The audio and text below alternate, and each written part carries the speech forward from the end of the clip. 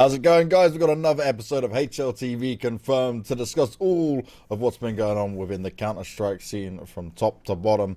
As joining me, as always, is going to be Professor, Striker, and Mr. Chad Sponge Birchill. How are you doing, guys? I haven't showered. I got a sore back. I have a toothache. I'm packing last minute right now. The apartment's a fucking mess, but let's do it. And you still made it on the show. That's impressive. Striker, Prof, how are you guys? Yeah, pretty Fine. good. Like I'm actually, I have it. Huh? Compared I to have this 2 guy over days. here, doing great. You didn't Yeah. shower in 2 days? No, I mean, I have 2 days left to travel, as opposed to Sponge who's traveling tomorrow, right? Yes, indeed. Yeah. So I'm only going to Poland on Tuesday, so I have an Well. extra day. Ain't you lucky, Striker? You're just trying to rub it into Sponge that little bit more. All right, let's I mean, we're go. both gonna stay there for like 3 weeks anyway, so like a day extra here or there doesn't really matter, does a it? day extra at home is very important. Ask Sponge about that. He would have loved to Like- have that. Well, okay, in the middle maybe, not at the start. It doesn't really matter. I wrote something to one of my friends, and it Oh, said, God. "Home is my vacation from real life." That's all I wrote. I mean, a bit of an Okay. insight into your life, I Yep. guess. Okay. Chad's gone hipster and old school on us with the hat and the Vox shirt in there as well. But let's get into some breaking news, guys. Let's start things off as we mean to continue.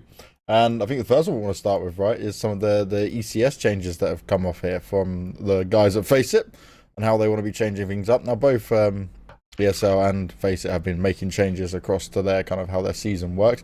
And we're getting information out there. But I guess, Striker, I'm going to start with you. Yeah. As you are the man of the moment. What are you Why is making these that? changes? I don't know, because you always comment on when it comes down to everything to do with the online season and stuff like that. So, Well, yeah, that's true. I mean, this is obviously a big improvement. For the people that don't really know how it's going to work in ECS, who haven't really seen the news, it's going to be basically like 5 tournaments. Just going to try to break it down a little bit. But like I have problems explaining the whole thing or remembering the whole thing. But it's supposed to be 5 online tournaments as opposed to like the offline thing that ESL came up with Pro League. And basically, the winners of the first 3 tournaments in each region will go directly to the finals, and then like whoever earns the most prize money outside of those 3 teams who already qualified will be the 4th one from each region. So it's going to be 4 teams from each region again. So this is obviously going to remove a lot of online games for a lot of these top teams. And by the way, like these top teams actually don't really have to play all the tournaments. If they qualify, they can just choose not to play any of the rest, and they probably will. We probably expect that to happen. And so they're just filling in the rest of the spots of those tournaments with like the challenger teams.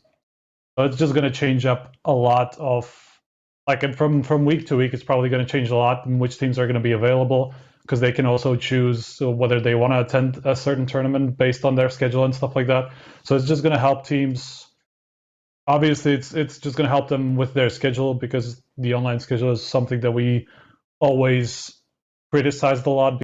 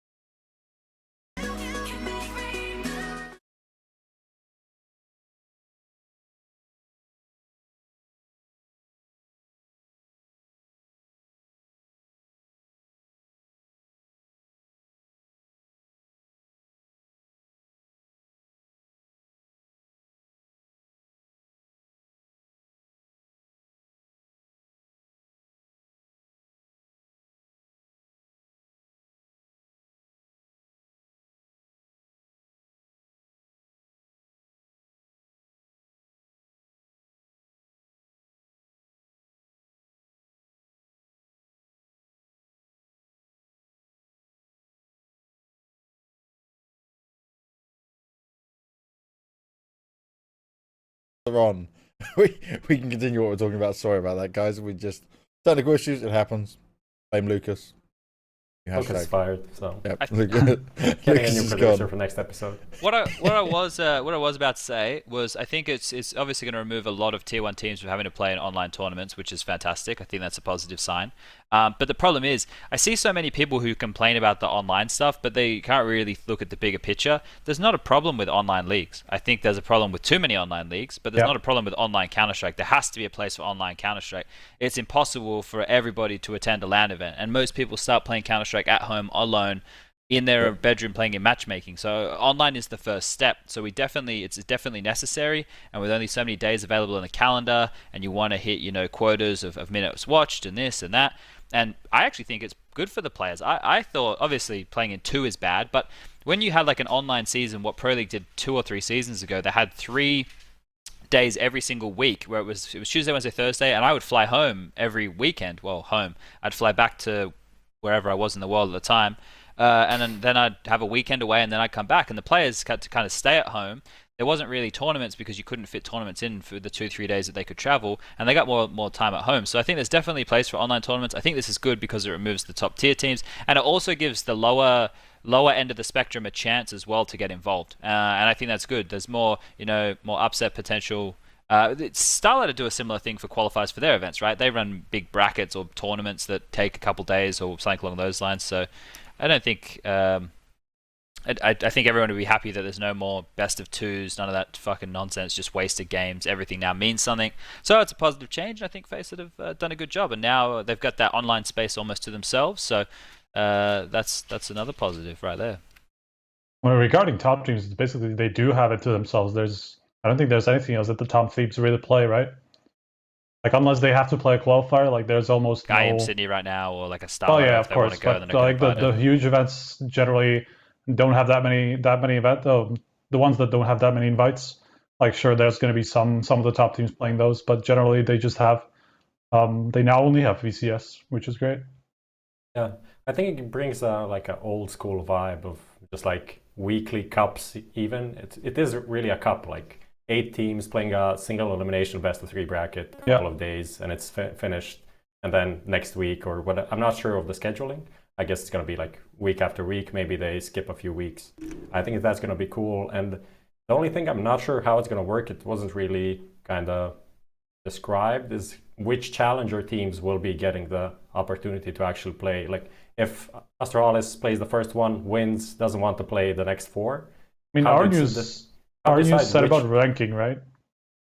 But like, is the challenger series thing league going to be played out fully before these cups start, so then you have a clear ranking? Or is it going to be like, if at this week you are number 1, then you get the chance, and maybe 2 weeks later in the challenger thing you fall off, so you don't get the chance? I'm sure they have a certain some sort of a system, right? Yeah, based on if they're going to invite the teams. A semi-problem is that I guess the challenge, if a challenger team comes in the second week and actually wins it, does that mean that they go to the LAN finals, even though they're not like a top team? I'm pretty sure it does. Like whoever. Oh, but I'm pretty sure whoever wins the first 3 events will just go to the finals, whoever it is. Yeah.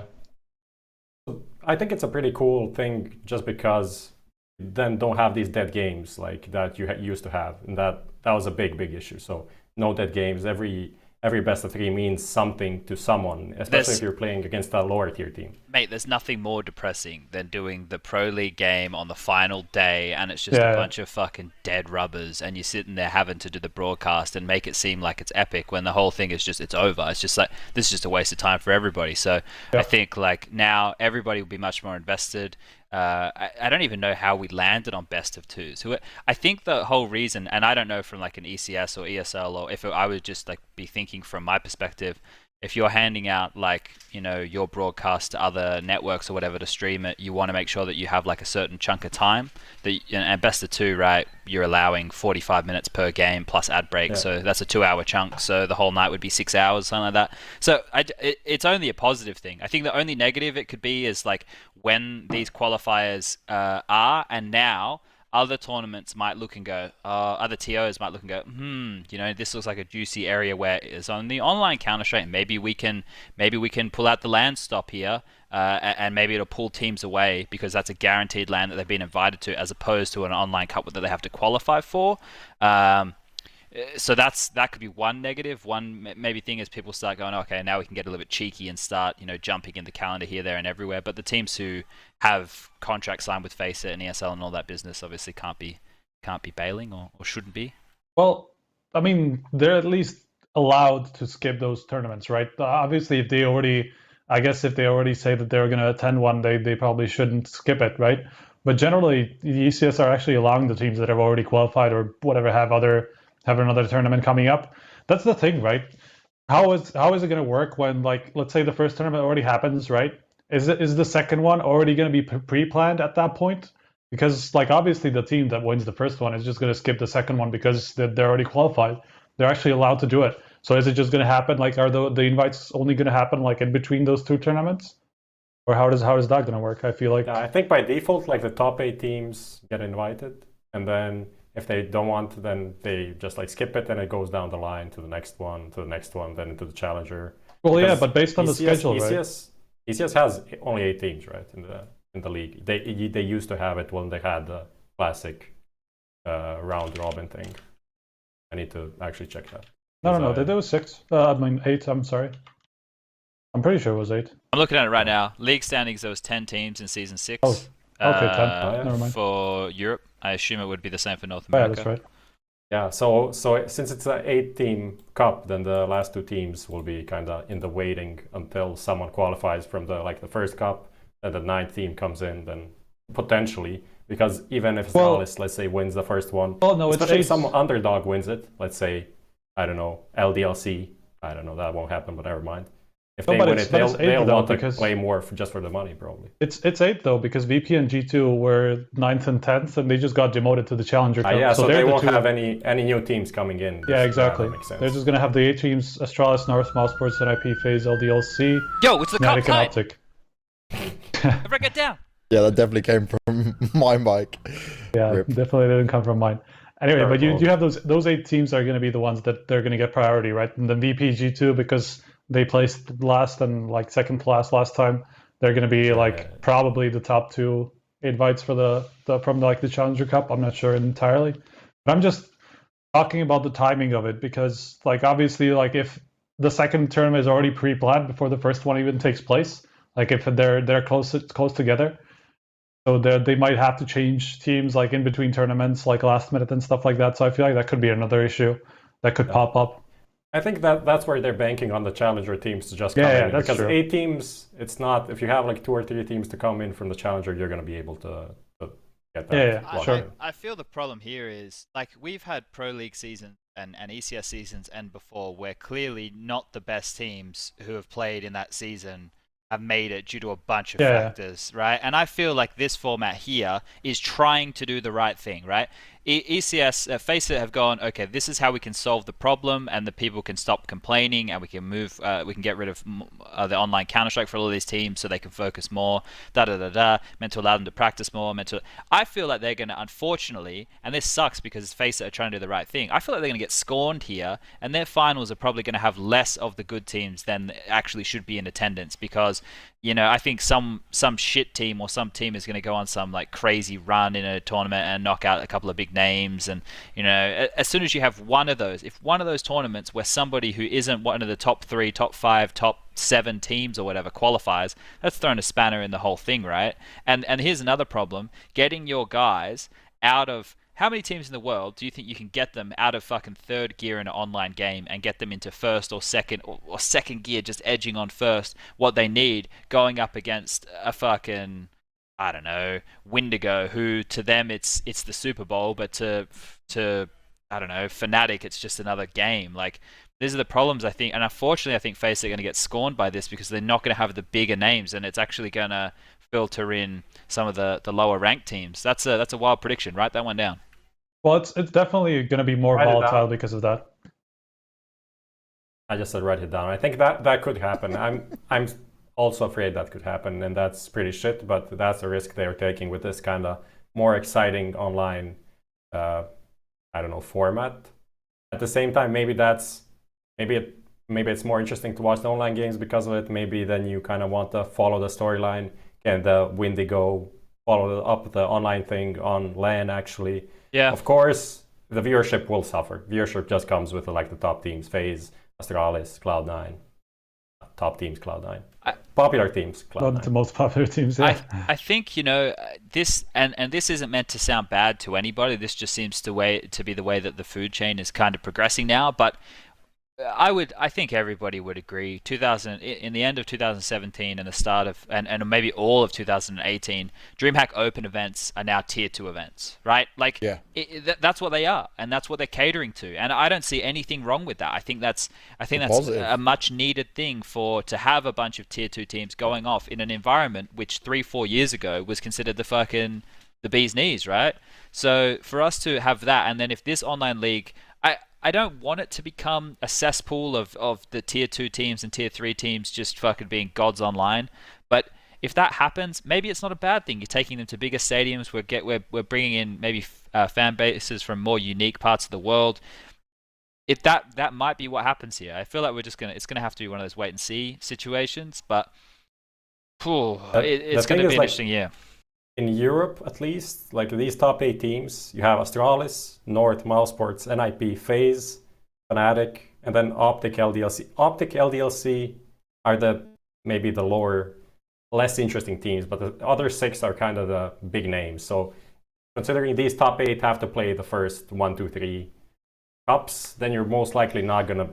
I mean, it's most likely, but still, it can happen that Optic wins 3 best of 3s or whoever.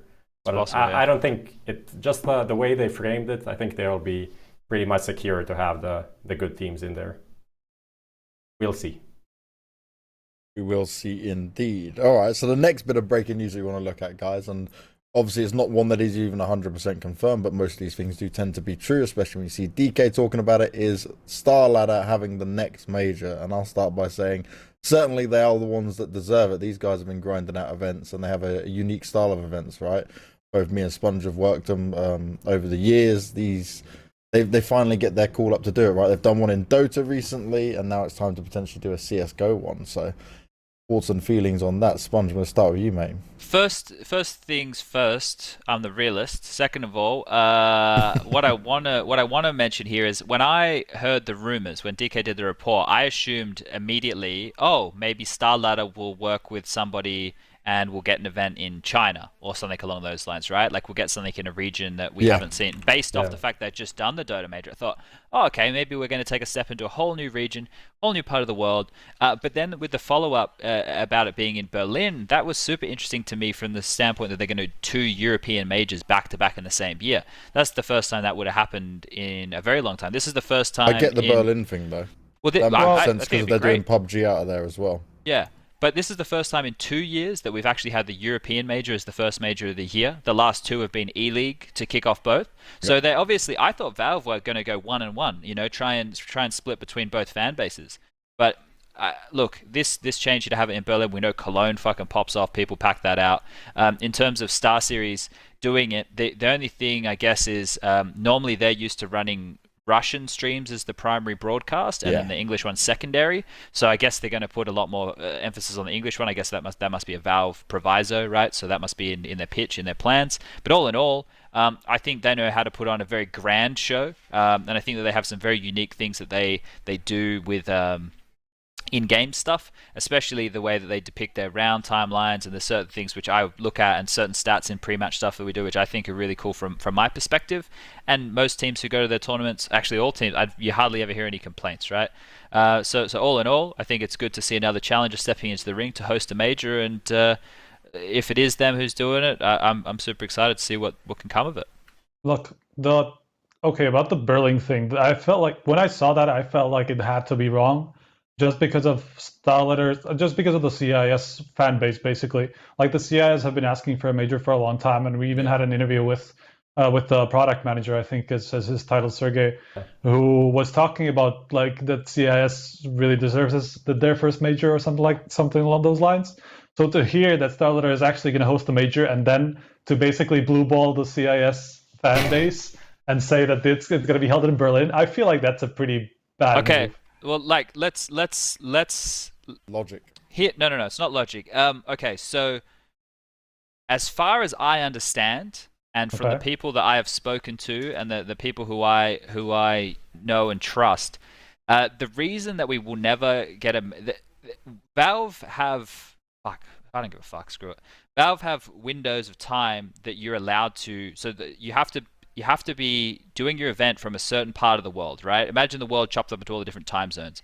Your event has to fit into the time zones that they say yes to, right? And the CIS region, for whatever reason, doesn't fit into that time zone, nor does China. That's why when I heard, I figured, oh, okay, maybe China, that's crazy. Valve are changing their ways.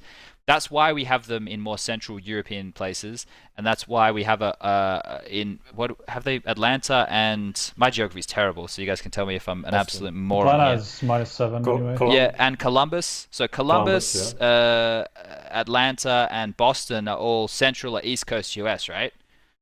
If my geography's okay. Yeah, East So Coast, none of them, none kinda. of them Atlanta are is West not that Coast. close, but If you were gonna run a tournament in America, I'd want it West Coast, right? Because LA, like that kind of part of the world, there's so many, fucking people.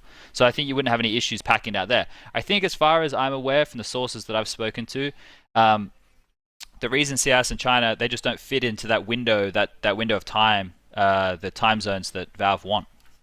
But it's an hour difference compared to Central I Europe, know, though. I feel know, like that's but- pretty. I don't know. I don't know why I've heard this or why this is the case, but that's for some reason that's. I mean, that's surely sticking you with can me. work around that somehow with scheduling. One would hope. 1 hour's not too bad, right? That's the thing. Just 1 hour difference. I feel like to just cut off like basically half of the world because of this reason, or even more. It's fucking Asia. Like all of Asia is basically gone by these rules. So I feel like that's not the greatest move. I mean- Especially okay. Yeah, I just wanted to say I wanted to compare it to like the Dota majors where they run them, but then I realized it's not just comparing CS and Dota, even though it's the same company, doesn't make sense. No. At any time, but they did majors all over the world. They did one in Kiev recently, I think, as well. They did them over in China and Manila, wherever.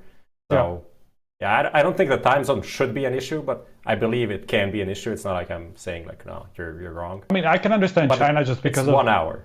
Yeah, I can understand China, which is generally Asia, because of it's not fitting either of North America or Europe. It's basically pretty bad for the major regions, right? For both of the major regions.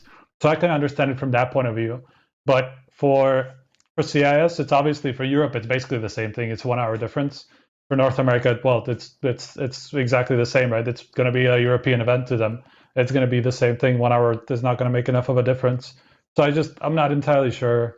It's for if me. This is a good move. For me, it's very curious. Well, that's if it is Berlin, right? And so far, DK's stuff's always been pretty much bang on. But let's just say that it is Berlin. Let's just go with that being the fact. Another thing is that the TOs who pitch to Valve for their events, they're kind of pitching in the region of what like Valve's looking for, right? So I think that they go and they get a directive from Valve when they pitch. And then they get, next time we want you to focus more on this and more on this, and then they go back and they do it again. It's just curious because obviously different TOs look at different things to be the focal points. I'm just curious as to what StarLadders would be if it's not in the CIS region. That's why, like, when I thought it'd be StarLadder doing it in a more unique region, that would be like the biggest part of the pitch. So I'm really curious to see what they've gone with as their, hey Valve, this is what we're going to do. Because right now, there's only a couple of bits and pieces that I think are really maybe lacking from around the majors. I think the minor system now is getting to a good point. Obviously, the format stuff is quite tasty now too. I think like we're lacking a lot of content outside of the actual matches, on those off days, more stuff going on with players, more talk shows, breaking more stuff down. So maybe StarLadder have an idea to do more of that stuff and Valve like that. I don't know, but I think like all in all, that so far they've been able to put on some very good events in their key regions. It's going to be cool to see them branch out. That's about it. I guess my only thought on it is just from the PUBG side of things, right? They're going to have that like amazing studio out there that they're going to be working from. Did they pitch something in with that? Because something must be connected there in terms of how they've worked it, because otherwise, like you guys were saying, there's not really any reason to have it in Berlin and that unless it's a Valve directive. But I assume they're going to be aiming to do something special, something that's managed to get them this done. If it does end up being confirmed, right, okay, we can still look at where they don't get the major, or that the major is again in a different location. We'll just have to wait and see. Is there? I mean, yeah, go. I was just gonna say, is there like the stuff that they're doing with PUBG? Is there Yeah. like? It's in Berlin. It's the Pro League for them, basically, where all the teams I think it and didn't talent start will be there. yet. That's No, it doesn't start yet. We have contenders start towards the end of this month, which is like the phase 1 of it, and then after that, the Pro League will start, which has a little bit of a delay to it, I believe. And it's in the Mercedes-Benz Arena. Yeah, which was the one they did the PUBG Invitational from, which is actually a wild. It's a really nice arena. They didn't fill out with PUBG. They could certainly fill out with CS:GO. Okay. All right. I just brought it up. Okay, they can close the roof. Well, that could be something special. So yeah, that that arena's awesome. ESL did one open Dota event. Was it the Frankfurt or something? And I think it was raining, of course, because Germany. why not? When you that's what happens. But yeah, just about the whole CIS major thing. I know from that interview that I did, I think it was Star Series Season 4, where the simple MVP mouse won. The product manager did say that they pitched for CIS majors, but also for non-CIS majors, just because it's up to Valve to decide. So I guess they were kind of thinking, I mean, these things are not confirmed, but I guess if Valve doesn't want to hold one in CIS, then they were kind of forced to try and find a different location in Europe somewhere, and maybe even not in Europe as well. And I think it's kind of sad that the CIS region doesn't get a major, just considering how big it is actually for CS in general. Major winner Gambit as well from there. Other than that, I have no idea what they're going to be bringing uniquely, especially because I think that Valve doesn't like what Star Series are doing that much, like the wall graffiti and stuff like that. I think they're not that open to those in-game modifications, like the gloves, team gloves and stuff like that. So must be something else. Where's the innovation going to come from? I have no idea. I mean, but I think they deserve it. Just to touch back on the thing that Sponge was talking about the directives. Somebody actually linked it in the Twitch chat about their like FAQ about the selection process. I was just like quickly sifting through that, and they actually do say that it's like that it, as long as the location doesn't really come with a significant risk of like a local or online viewer inconvenience, they're willing to consider any location. But then they add on that that ideal locations are between EST and CET. EST being Eastern Standard Time, which is -6 compared to CET. Yeah. So CET is like classic Europe, Germany. Yeah. Just most of Europe, right? The CET. Yeah. The vast majority of Europe, anyway.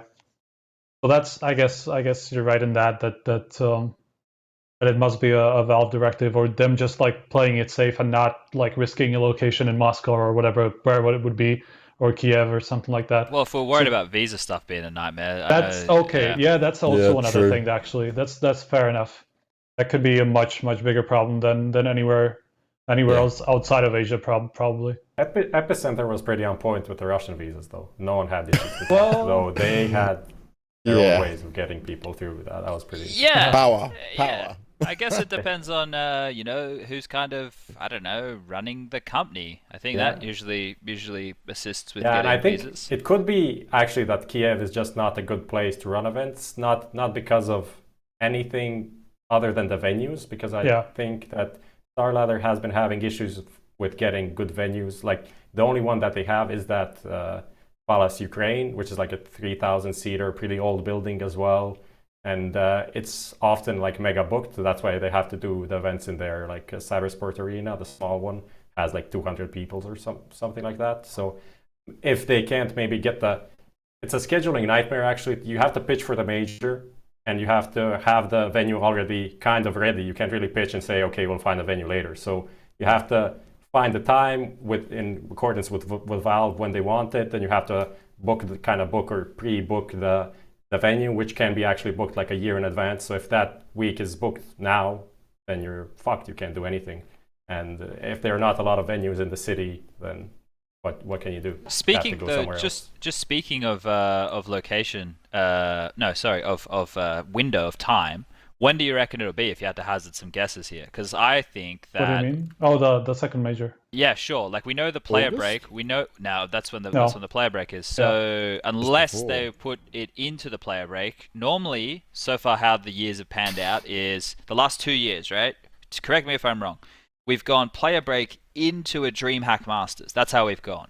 So either what's going to happen here is DreamHack Masters is getting cucked, or they're going to go a month or 2 months after that, right? So maybe towards the end of September, the start of October, maybe late October. I think it's going to be like last year with the Faceit major.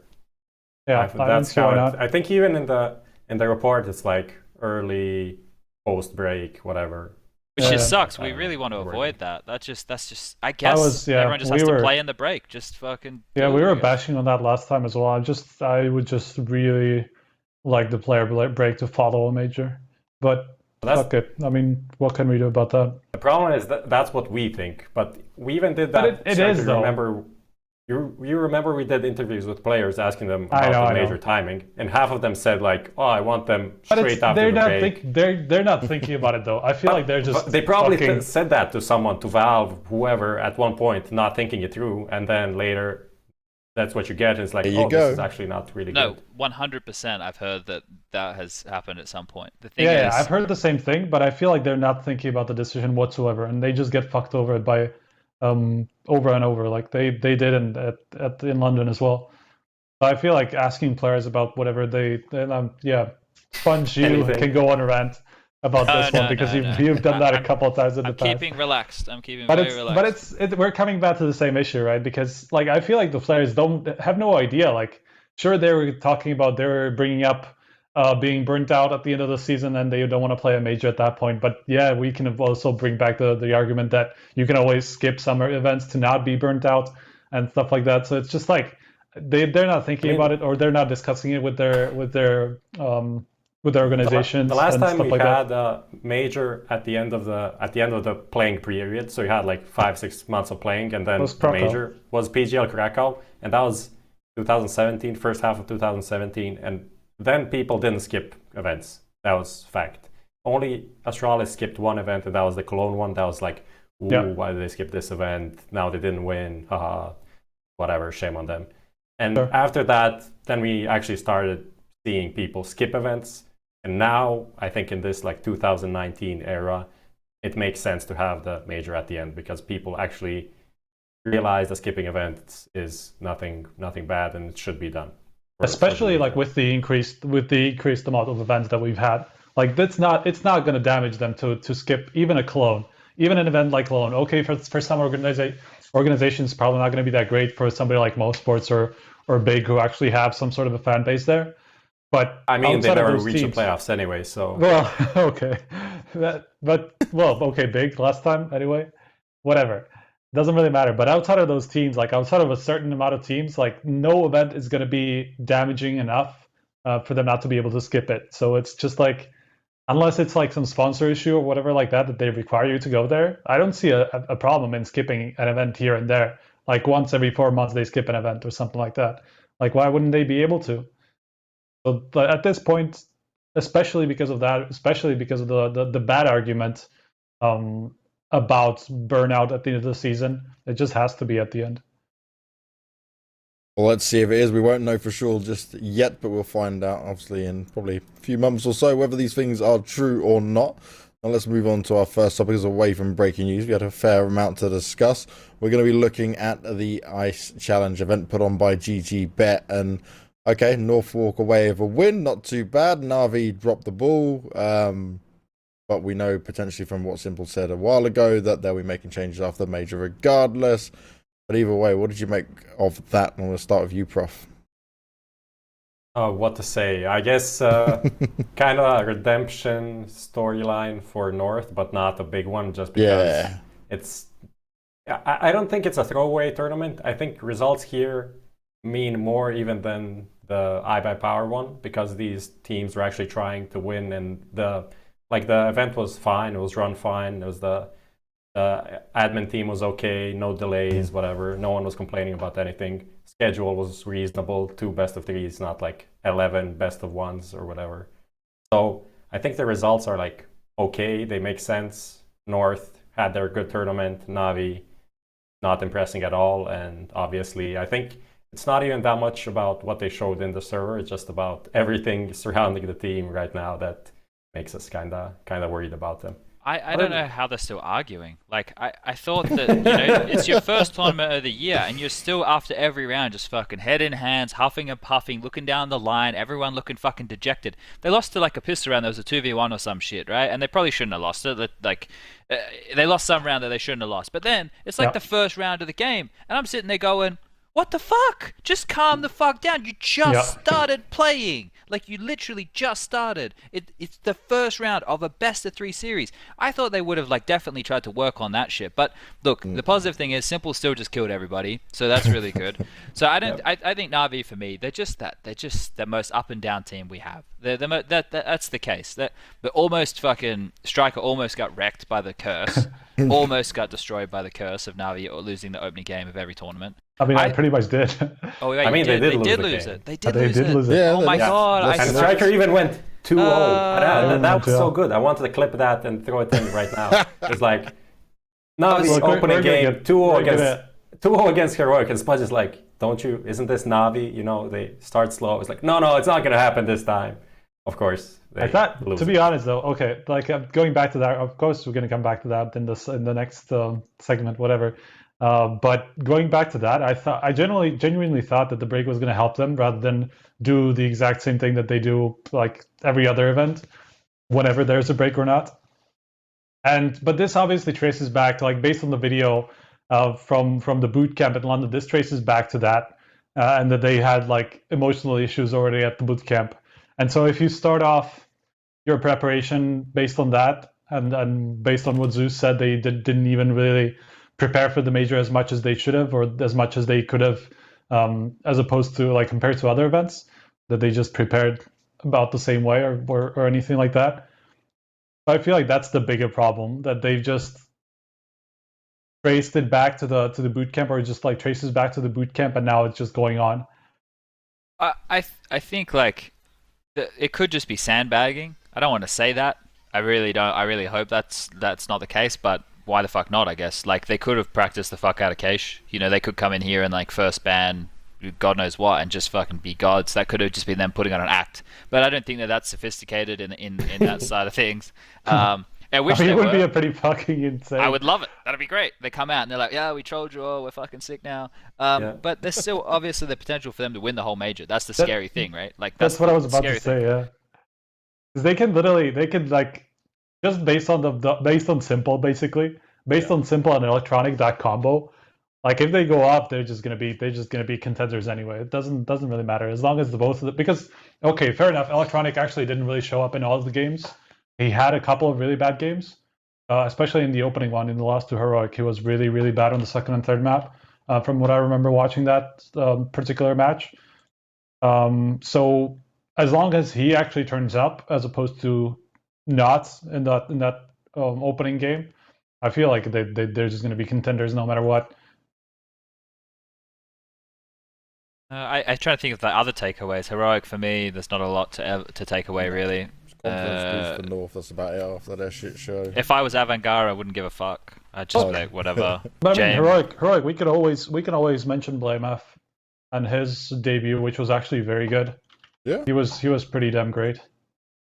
At least in the games that I saw, to be honest, like I don't think I saw everyone. But actually, going back, he actually had like 0.95, but he had like 3 really bad maps from what I can see. Had a couple of good clutches. He had like a couple of good pistol round clutches, if I remember rightly. Yeah. But yeah, I think like that team hasn't been together for very long, so grain of salt for me. For Avantgarde, if I was those guys, 0 fucks given. For North, I guess the best thing for them is they have a new coach who apparently has been coaching like at schools and stuff within the Danish scene over the last couple of years and has been doing it. So he knows how to work with kids, so perfect for a CS coach. That was where I was going with that. But I watched it. I saw like the way his demeanor, the way that he spoke and stuff, and I think that, you know, maybe he'll be a bit more of an authority type figure. There was actually a thread today on Reddit that was talking about him, and like it was written by one of his students actually, who if you were late, or I don't know if it was you were late, there was something in here. It's like if you didn't do your homework or whatever, then he'd make you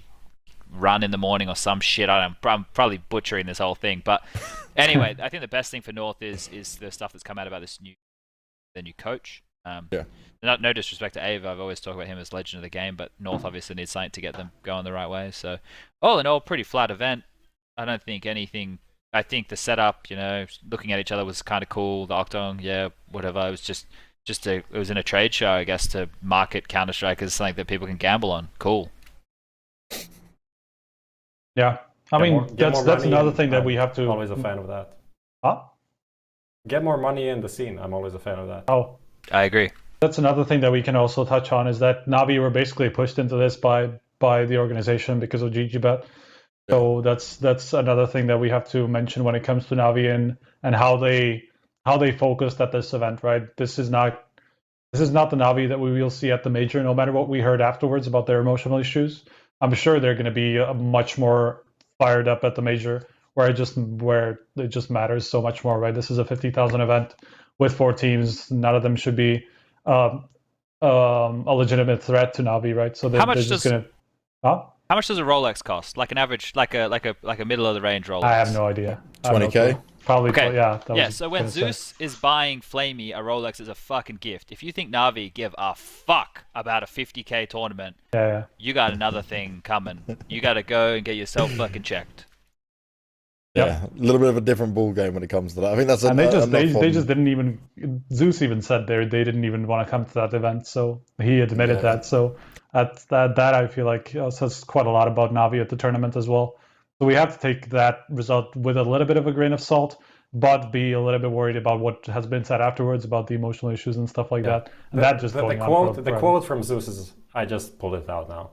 Says, these personalities haven't changed and it will take years for any change to take place. Personally, I have no interest in raising these people or working on relationships. I don't have the strength or willingness to do it anymore.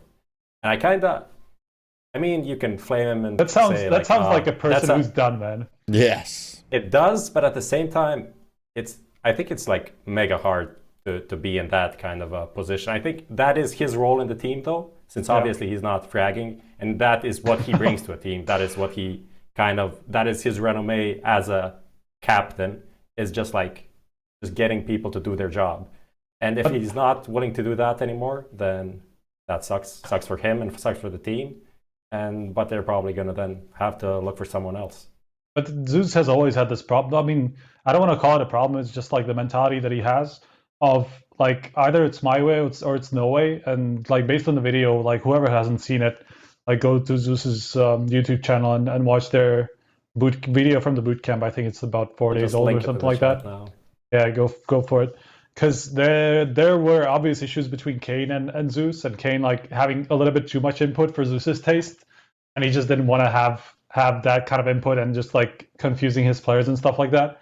So it's like Zeus's mentality is like, I'm the captain, I make all the calls, and that's it, right? So that's you do as I say. That is just the mentality that he has, and that's what's disrupting Navi at this point as well. But did you watch the whole video by any chance? I watched the last 10 minutes or something that were so like relevant to this. In the start of the video, Zeus starts talking about we're trying like a new approach to practice, being more professional. Like Astralis is very professional, and that's obviously like bringing some results. Yeah. And now we can't be late for practice anymore, or people will get fined.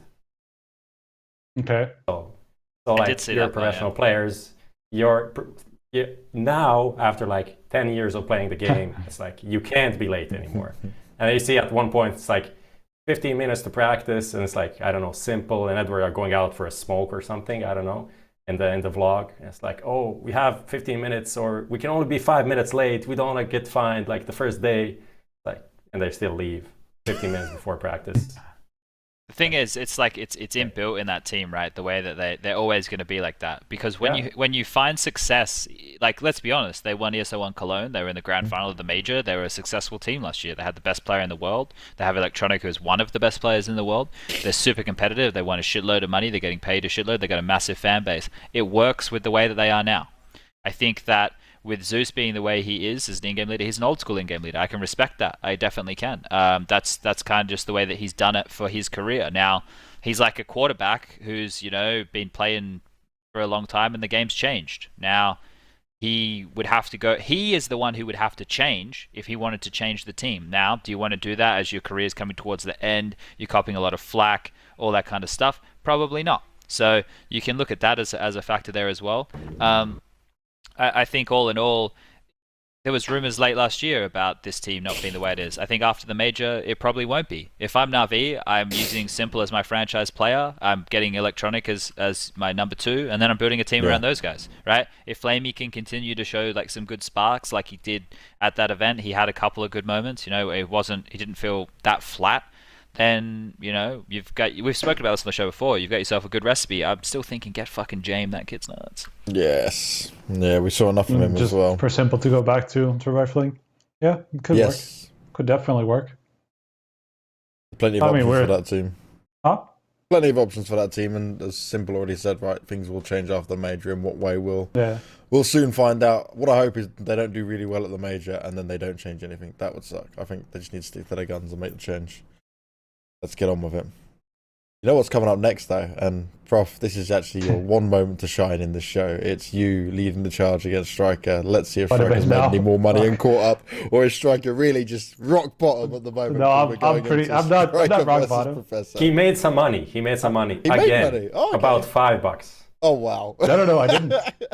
I'm not even you're close. negative I again? lost. Yeah, of course. This is the worst that I've done by far. Oh, because I lost 2 out of the 3. So betting on Na'Vi to win the first match doesn't breed success. Well, betting on Na'Vi to win a tournament that they're heavily favored out. That fucked me as well. Did not yield much success. I mean, I'm gonna fucking own it. I was wrong about that one. Like Na'Vi definitely didn't turn up as much as I thought they would. Or they shouldn't have had competition. Like North, I guess, were like the closest team, but closest team to them. But still, they shouldn't have been in a position to win against a well-playing Na'Vi, I'm gonna say. Yeah, and it was a 2-0 in the final, so it was pretty convincing from North. Yeah, and Na'Vi almost lost to Avangard as well in that elimination match. Like they were inches away from losing, from going out last as well. So it's like that's another thing that we have to consider. Like Na'Vi definitely didn't turn up, and that kind of fucked me a lot. Yeah. Because I had a combo ticket. I had a combo ticket. I can actually bring it up to remember what did I actually bet last time. Well, I bet on Na'Vi winning the first match 2-0, which was, well, they lost it 2-1. Then I bet on them winning the event. I figured, okay, maybe they're going to lose the first match, but they're still going to come back and win the event. Okay, didn't do that. Lost in the final. And then I bet on North to beat Avangard, which they did. So I at least got something back, quite a bit actually, because it was pretty high odds. It was like 2.2 or something. So I actually made quite a lot back, but not enough. Yeah, I got Wendigo to beat Red Reserve. Unicorns of Love, of course, to beat Blue Jays in the dude, your Meisterschaft match of the week. But then Nadesvincer classically fucked me, but whatever. Yeah. Combo ticket, so I lost a bit. But look, this time it's actually going to be it's actually going to be good games, because it's all about the major. Bring him on. Let's go. What you got? Okay, I guess I'm gonna go first because we were talking about it before. This is all from the major. Like I figured, okay, this is a major show. Let's just make it all about the major. So I just went with the opening matches of the new challenger stage, which have been announced a while back, and it's kind of a mix of like safe choices and pretty big risks, but like calculated ones as well. I'm gonna start from the top, which is one of the like semi-risky ones, like one of the 50-50s, I would say, from most people's eyes, or in most people's eyes, which is G2 against Vega. Vega had by far the higher odds. Like G2 had something like 1.5. I feel like it's much closer to 50-50, and Vega are a team that always surprises us at the major, and especially against a team like G2, who's far from proven. So I felt like betting like a pretty good sum on them would be could yield quite a lot of value just because of the odds that they have, because they hadn't really played anything. So they're ranked somewhere like super low, something like 50th compared to pre-major Vega. Exactly. This is what we were talking about last time when you guys weren't here. That Vega like literally do the same thing before, like at every major. They just surprise somebody, and make it through. So I feel like this is where it's going to start for them. Let's be real. G2 isn't really convincing. Exactly. Not a team I'm sold on at all. Yeah, Vega definitely got that, man. Going on to the less risky ones, to the locked-ins, I feel like NIP should be Heavily favored against Furia, same with Fnatic against Vici in those opening matches. I think those are the two, like 1 versus 16, 2 versus 15, or something close to it, I think. Like those are the most one-sided based on rankings anyway. And then going on to another, like one of the risky ones is title against Vitality. Actually, fairly similar reasoning to the Vega one, is that Vitality, again, not a very proven team against like the top tier scene, and title with the new team haven't really even played official matches yet. Not in anything significant anyway, as far as I know. So I feel like this Tyloo could actually come in and play pretty well. And for them to have like 3.2 odds on a team that we have no idea how they're going to play, I just like bet $10 on them and see if that actually yields something against the team that I'm not entirely sold on as well. And closing it out with Renegades of Ungar, another one of those 50-50s, I feel like. But What about Ungar, the boys? that's the thing, right? I actually, the first slip that I actually had Renegades to win, just because they were a little bit higher, and I feel like this is a 50-50, fairly close. But Avangar have just been pretty impressive as of late. At the minor, I thought that they played really well, and even at the Ice Challenge when they played against Navi, they almost beat Navi in that match, as I said before. So I felt like, even though it was last placing, I thought that they didn't play bad at all. So that's kind of my thinking. I'm not very sold on Renegades, so I just felt like putting $40 on Avangar was fairly reasonable. I can say that these are actually fairly similar to mine. Ooh, you put in 200 euros, which is insane, considering you have like 300 left. But I have 400 left. I have 400 left, broke, so I'm just going Let's half say the pot. I have very similar ones, but in a combo, and Lucas bring them. And I invested a whooping 10 euros. Seriously? What? Yes. I thought you were going to do that. Is that the lowest one we combo? Must be. It's a 7. I mean, it is a pretty risky. It is pretty risky as far as I can see. So yeah, I went for Tyloo. I get 10 rounds on Vitality, which is insane. 1.52 odds for that. I went for Furia to beat Nip because Nip, really? I have no faith in Nip. Seriously? I think they're You just put in like, Furia? I think they're Okay. coasting. They're coasting as fuck. They're just like riding the wave. I can see that. I can get behind it a bit, yeah. And Furia is like mega hyped, and let's say first match they can get upset here, and it's like insane odds, 2.7 on that. NIP played their last game. Their last event was Lisbon, and they had 0 wins there, and that was like 2 months ago now. So I don't know. I think I don't have a lot of faith in them in that lineup. I can see the logic. I just wouldn't put it in a combo, man. Then I went for Vega Squadron to beat G2. Yeah. You gave a good reasoning, and I said as well. And then I added just 2 kind of safe picks, which is Ents to beat Spirit and Fnatic to beat Vici. I think just to sweeten it up for a combined 17 multiplier, 10 euros for. There's no fucking way all of those going to come through. Like I can see every single one individually. Like I could kind of even give you Furia and the reasoning there, but I feel like all of them together would take.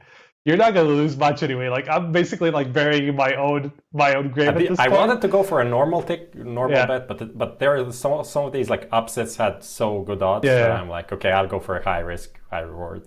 Yeah. But I mean, that's the thing. Like at this point, like if I keep losing, I'm just burying my own grave, and you can just fucking coast and do whatever you want. Like as long as you don't. I want. As long as you don't put in like big amounts, like I'm gonna lose myself. Like it doesn't even matter what you do at this point. Yeah, let's see how it goes. But it's pretty reasonable. Nothing to call out here. Yeah, I mean the Furia against Nip is the one that's gonna fuck you. I think I'm gonna call it now. Easy for Yuri. Okay. Yuri H, whatever. Well, let's see how it goes. Remember, guys, if you are betting, make sure you're over 18. Make sure you're only betting with money that you have, and don't get angry at the players. Take fucking responsibility for your own actions, right? Exactly. Or lack thereof actions, like me. Just sit at home for 2 weeks, leave the apartment a total of 7 times, eat Ben and Jerry's ice cream every day, and play video games. That's what I recommend you all do. You still doing your workouts, Chad? Are you still keeping at least somewhat healthy? Because that does not sound good. I come down the ladder to the fridge and get my ice cream. Oh god. Oh, Chad. So the calisthenics, that's done. Yep. Occasionally, I lift a suitcase, so that's like my some weight in there. Yeah, my dumbbell curls. So it was pretty good. To be fair, like my workout of like the last 2 days consisted of putting together like a box from IKEA. So that's about my extended workout as well. That used to be one of my jobs. I used to work as an IKEA really? furniture assembly man. I go around to people's houses and put together furniture. I mean, Get it's not bad. It's not a bad $50 job. an hour. I feel like. It's a pretty good job. I don't think fucking it's a good at bad it. job. I actually had fun building IKEA shit. Fuck you guys. I Had hate fun. that shit. That's I'm So with Prof. I've even paid someone to build my new stuff for me because Dude, couldn't I bother liked to it do myself. I know that there are people. I had a friend come over one time and it's like, oh, you have this to assemble like this, I don't know, whatever little thing from IKEA. I'm like, oh, yeah, I'll do that. I'm like, don't do it. Like, why would you do it? Yeah, I'll do it. And I just started doing it and just assembled it. It's fun, man. I right like there. it. I'm like, Doing okay. things with your hands is a very gratifying feeling. Yeah. That's But true. you're assembling Yep. IKEA furniture. You're not doing anything real. You're just I mean, like playing with big Legos. The fuck, like essentially. what? The thing that I would show you, but it's like behind this little piece of back screen. So I would show you what it is, and that fucking took me like 4 hours, and it's about like.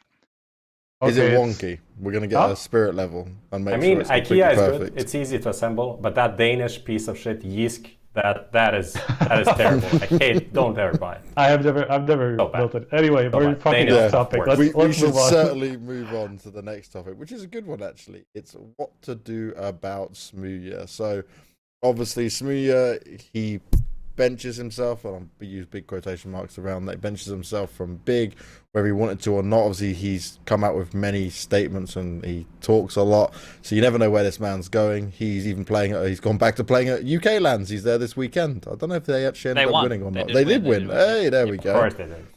So Smooya just carried a bunch of the other guys through potentially. I'd have to go back and watch it all, but either way, he goes back home, he wins, he gets some gratification from it, but where does he go from here? Because he seems to be having some sort of, I don't know if it's a breakdown or not, but telling someone to kill yourself, obviously not the greatest thing to do, no matter what it is.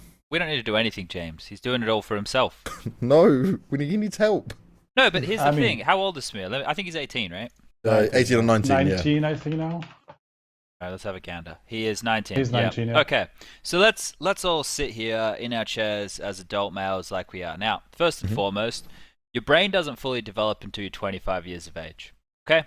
So if you're out there doing things like getting copiously drunk all the time or taking drugs that you shouldn't be taking and impacting your noggin, I'm not saying Smooya does, I'm just saying anybody who's under the age of 25, you're going to directly impact yourself. So just wait until you're 25 and then you can do whatever you want. Anyway, that was a weird tangent. No, don't follow that. But Yeah, the point that I'm making here is that Smooya is still... When I was 19, I was dumb.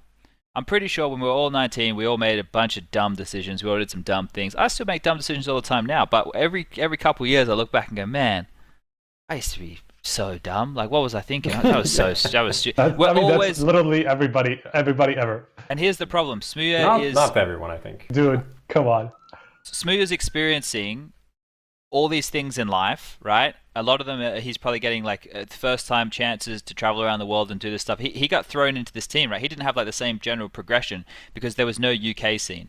So he's learning this stuff on the fly. So I think that obviously he's from a country where, you know, they should know the scale on a lot of these things, on what you should and shouldn't say, but it's getting really hard now on what you should and shouldn't say. There's words that we used to just say at school, in high school, in the schoolyard, that like if I said it now on this thing, which to me they're not even bad at all. They're not. I'd get in trouble for it. So there's so many words that I need to neuter myself from saying.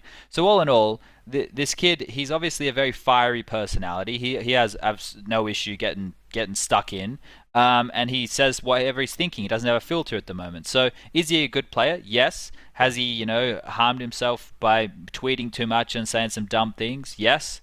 Does that suck? Yes. But all in all, we can't do anything about it. We're just that's just the way of the world, you know. If I had social media when I was 19 in the same scale that this kid does, with thousands of followers and hundreds of thousands of people watching him, I think that my career would be screwed. Like, I say cunt all the time now and only get away with it because people think we say it all the time in Australia. So, we do come from two places that say it a lot, both UK and Oz. That's true.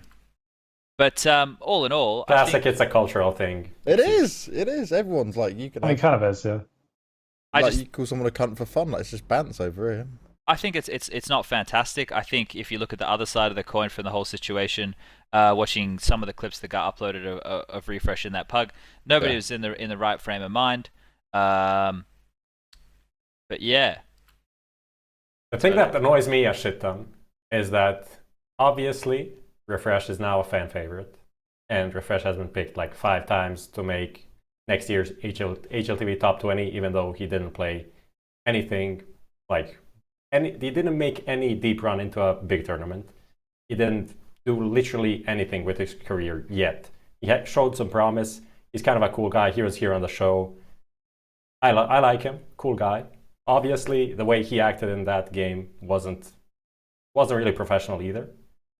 And he got 0 flack. Literally 0. I mean, obviously, after the video came out, like the full video with all the clips, some people were kind of on smooya's side, but how it all developed, it was just hating on smooya because obviously he is kind of an annoying guy and people get irritating by that. But I think it was just like so off balance, the things that it was just annoying to me, honestly.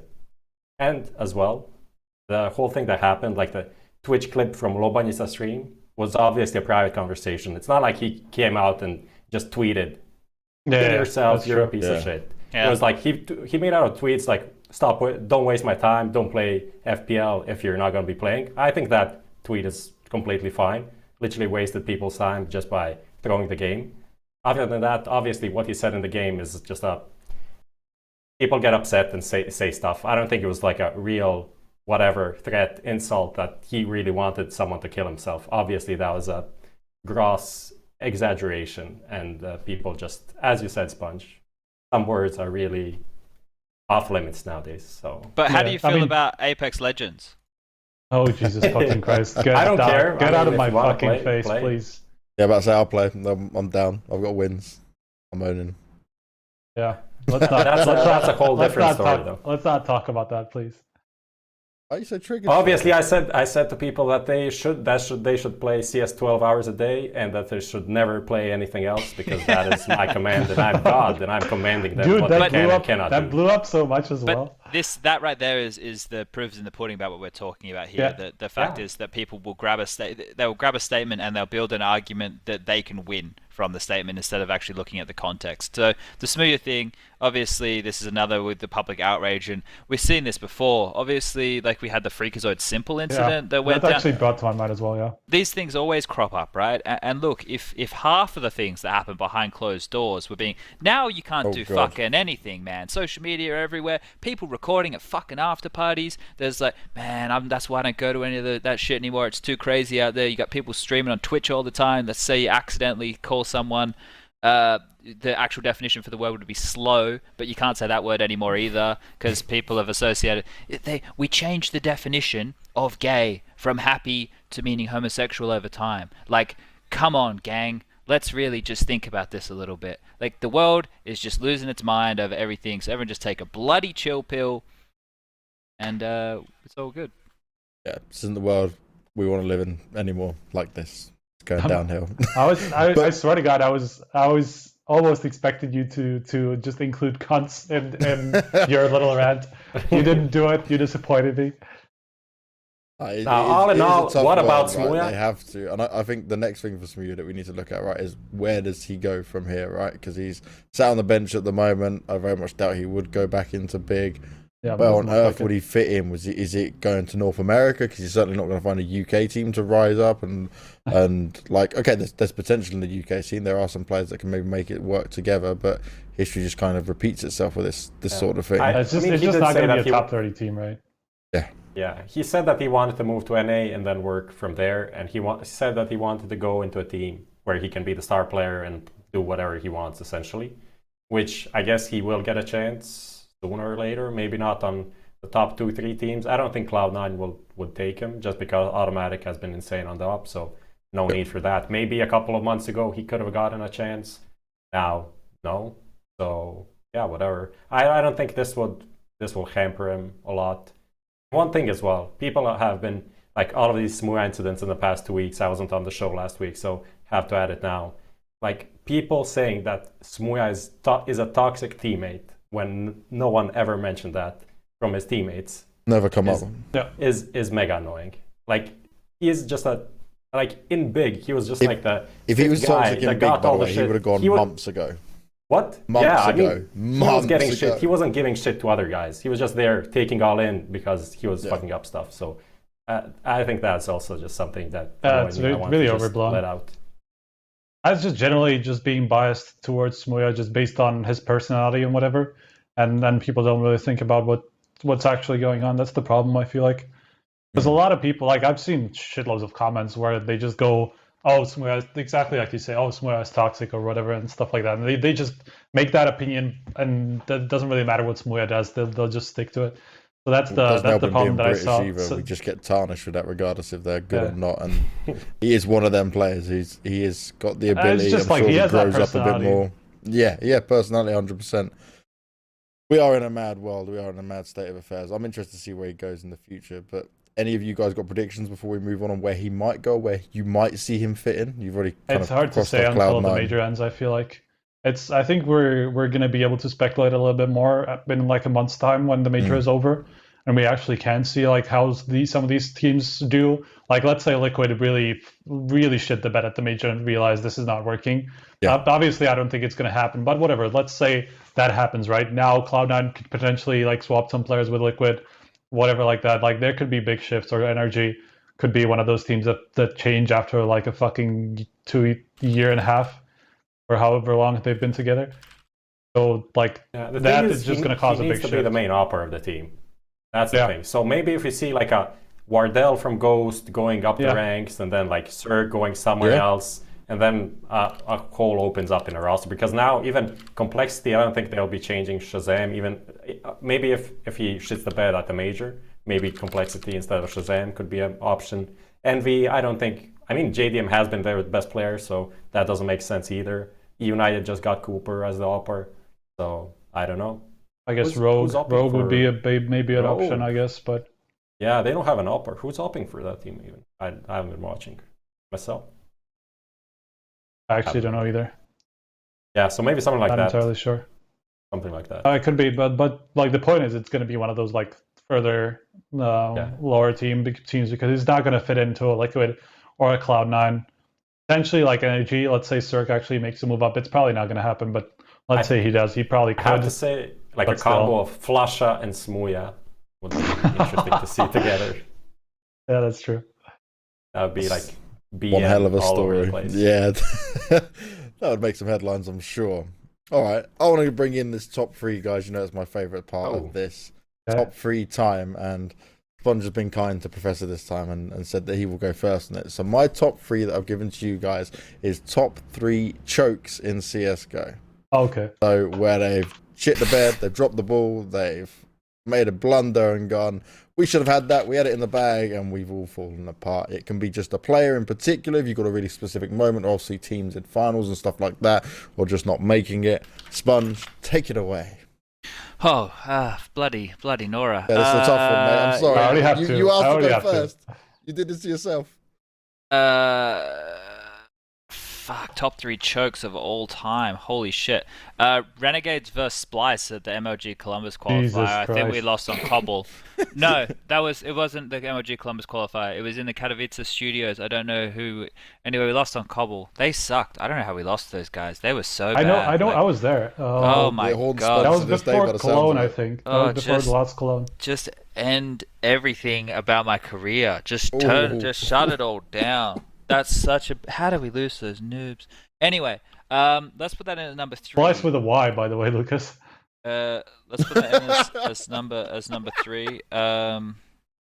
Chokes. I mean, it's not like it's a relevant theme right now, so we can that's his saving grace. That's his one way out. Wait, did we add more time? Do we have more than a minute now?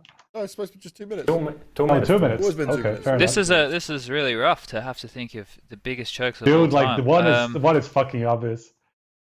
Oh, yeah. FaZe versus Cloud9. Oh, well, okay, that's another obvious FaZe one. FaZe versus Cloud9 is my number 1. Okay. I need one more.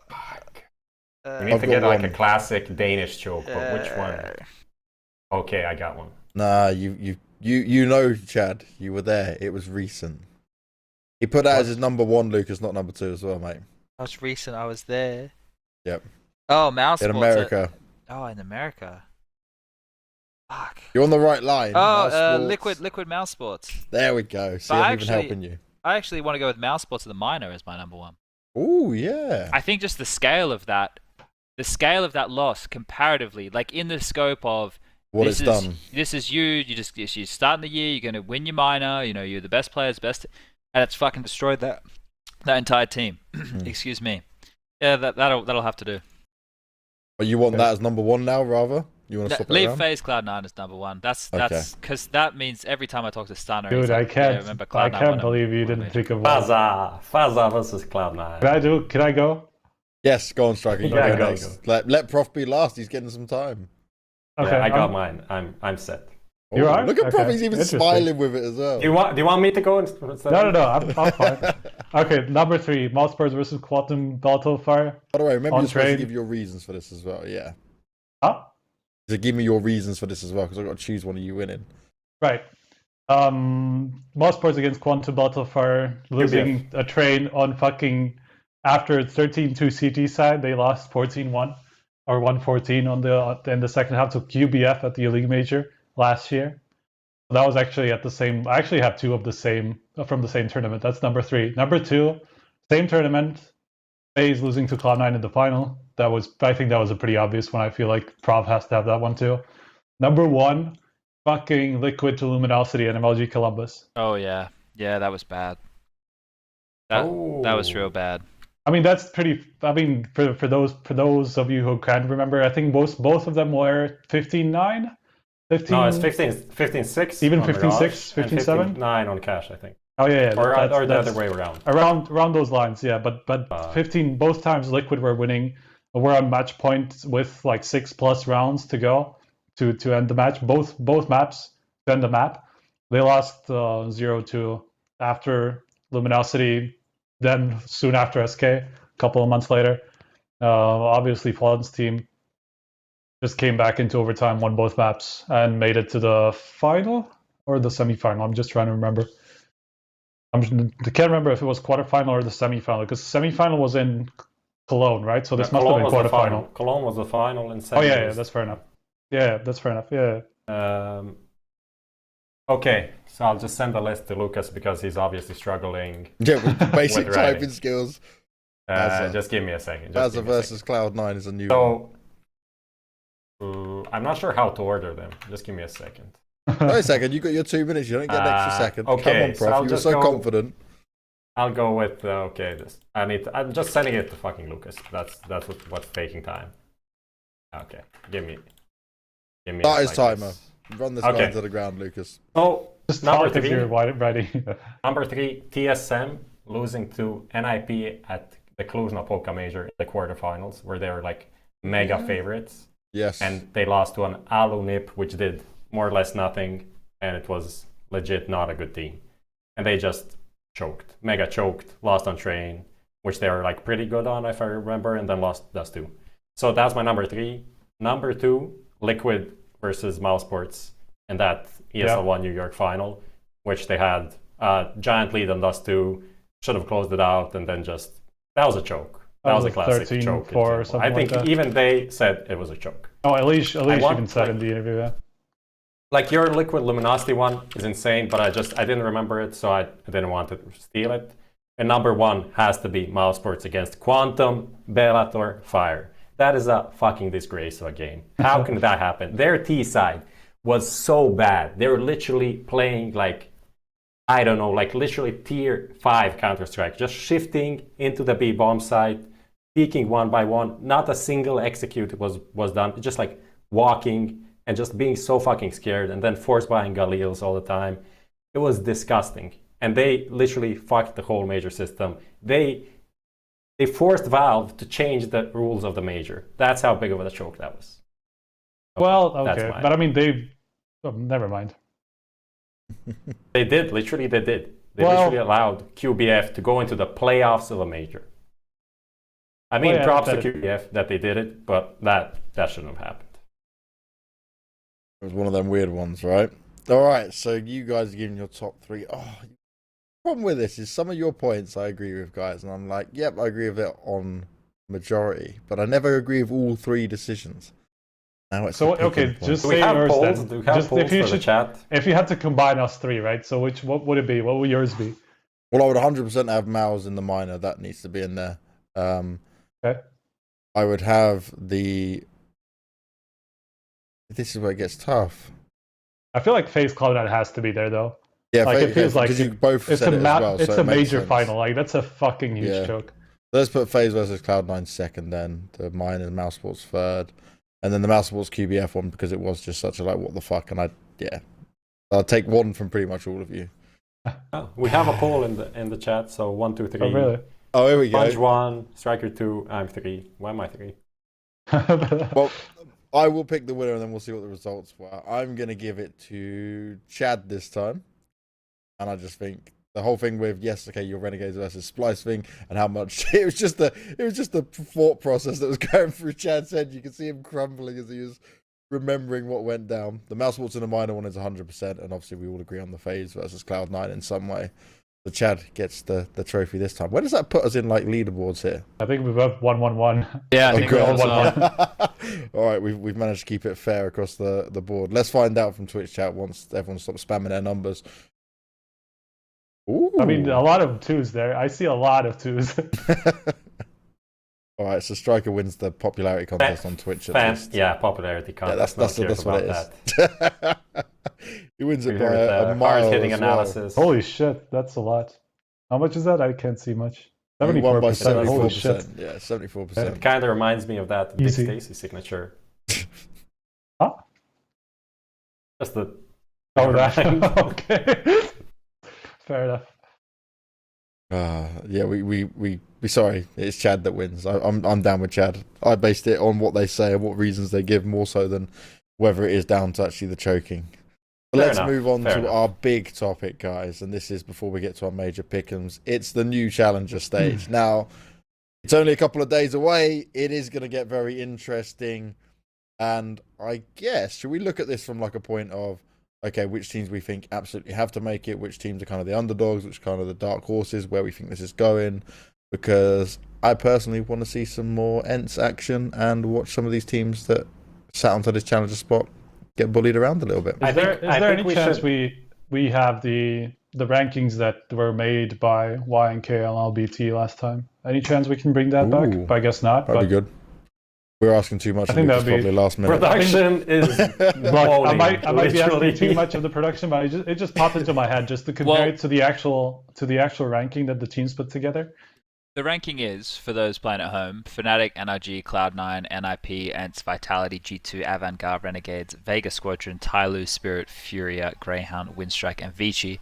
And I think that there's a lot of grey area teams, especially the Tyloos, the Vegas of the world, where we didn't really know where to place them too much. But I think like the top 6, they were that in some way that was our top 6. The Renegades, Avantgarde, G2, they're like floater teams, and then we were expecting that the Vicis, the Greyhounds. I'm surprised Windstrike is so low too, like under Greyhound. I don't understand how Greyhounds come in at 14th. Yeah, I'm Not pretty that it surprised about matters, that one too. But I mean, generally it's pretty sensible though. I feel like energy might be a little bit too high. NRG? Number 2, yeah. I feel NRG like for me are the best team of the tournament. I was about to say, Literally, NRG should just kind of cruise that, right? I don't know how.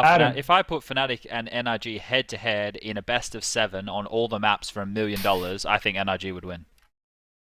The thing is, like, I can see fair. it from like one by one, like them being able to beat everyone or being somewhat favored against everybody. Who would you put ahead of NRG? I don't get it. I probably would have. On the basis of what?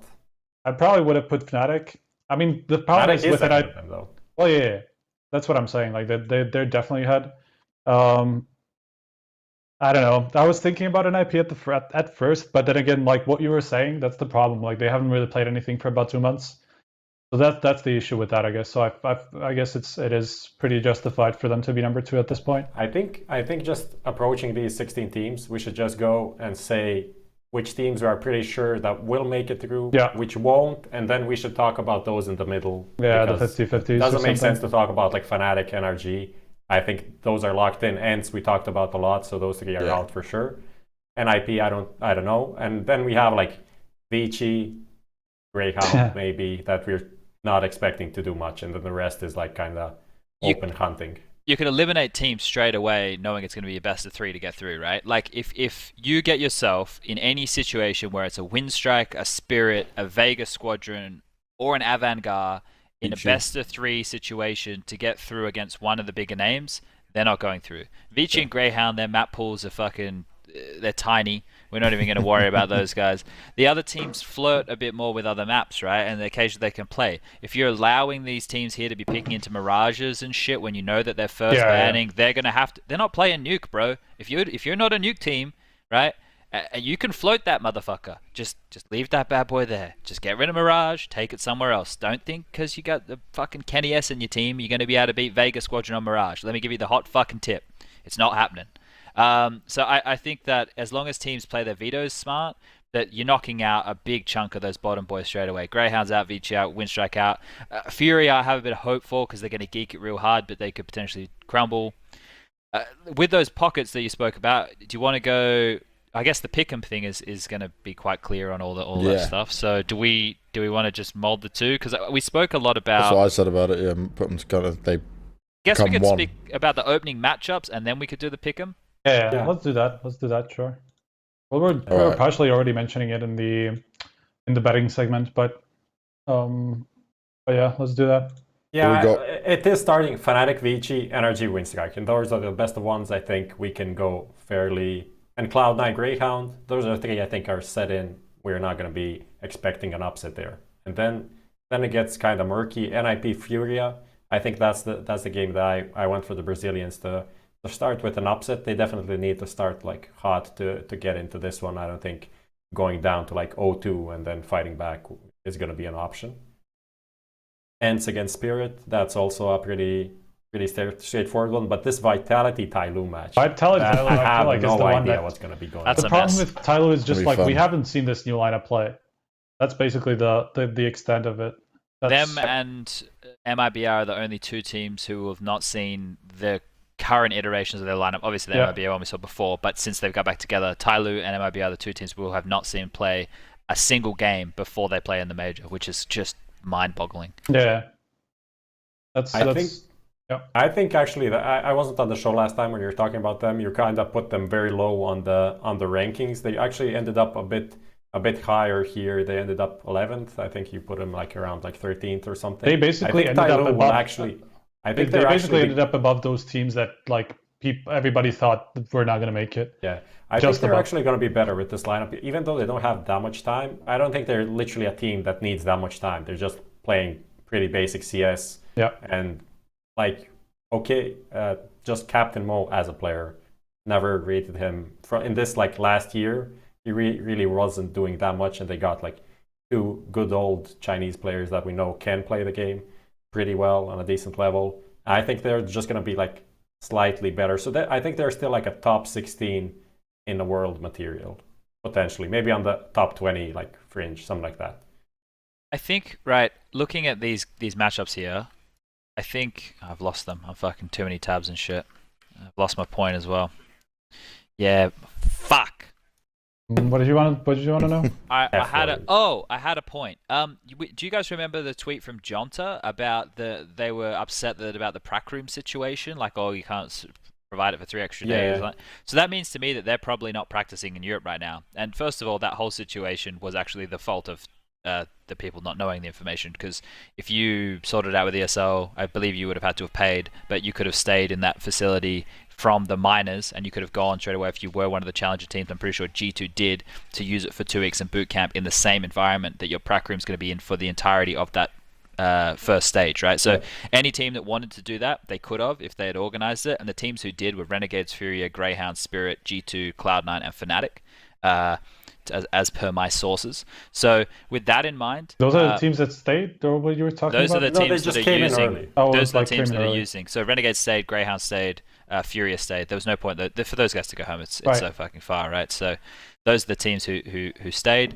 So for Tyloo, it's going to be such a shock, right? I guess they're going to have to play. They're not going to get that same look. When you play Counter-Strike at this level and you're from a smaller region, the thing is, you get punished for mistakes you can get away with. Like in Australia, I'm fucking wide peak and everything. I don't give a fuck. I'm not getting punished. Like, I just run around like an absolute moron back when I used to play. But this could also catch teams off guard, though. True, but a team like Vitality, where actually, yeah, maybe, because they're trying to play super cookie cutter at the moment. They're trying to play like strat bases. So yeah, in that matchup, with that considered, that could be the catching them off factor. So that that's a 50-50. I think Ents versus Spirit in a best of one. I'm leaning towards Ents, but I think Spirit has upset potential if they can get it to one of their home maps. NIP versus Furia. Ugh. I don't know. I don't see it, dude. Even despite NIP not playing anything for 2 months, they are the type of a team who would just like hunker down and just practice a lot before a major. They just have that sort of mentality, so I feel like they will be ready. Didn't someone tell me like Dennis is Unless there's something I don't know. Apex Legends all the time, that he's addicted to the game or something fuck. that. Someone tweeted that. No. I didn't see that. Oh, please. I haven't Massive. seen much from the NIP camp actually in a while. I feel I know Get Right playing a lot of FPL. He's just... Well, I mean, bugging Get out. Right is just gonna keeping himself fucking in put in game. insane Right, amounts of yeah. time because he's Get Right. No But doubt. I'm not. But the problem is like it hasn't been doing him that much good. That's the issue. But like generally, just NIP as a whole, I feel like are a team that's not gonna underestimate practice before a major, whatever it is about Apex Legends and shit. I just feel like they're not the type of a team who would just underestimate the practice that's necessary. Is it simple to say that the first three teams, like the first three seeded teams, are all winning their oopening games? Like I Yes. see Yeah. it's so difficult to see Fnatic, Energy, or Cloud9 Yeah. lose their opening Maybe matches. Greyhound wins against Cloud9.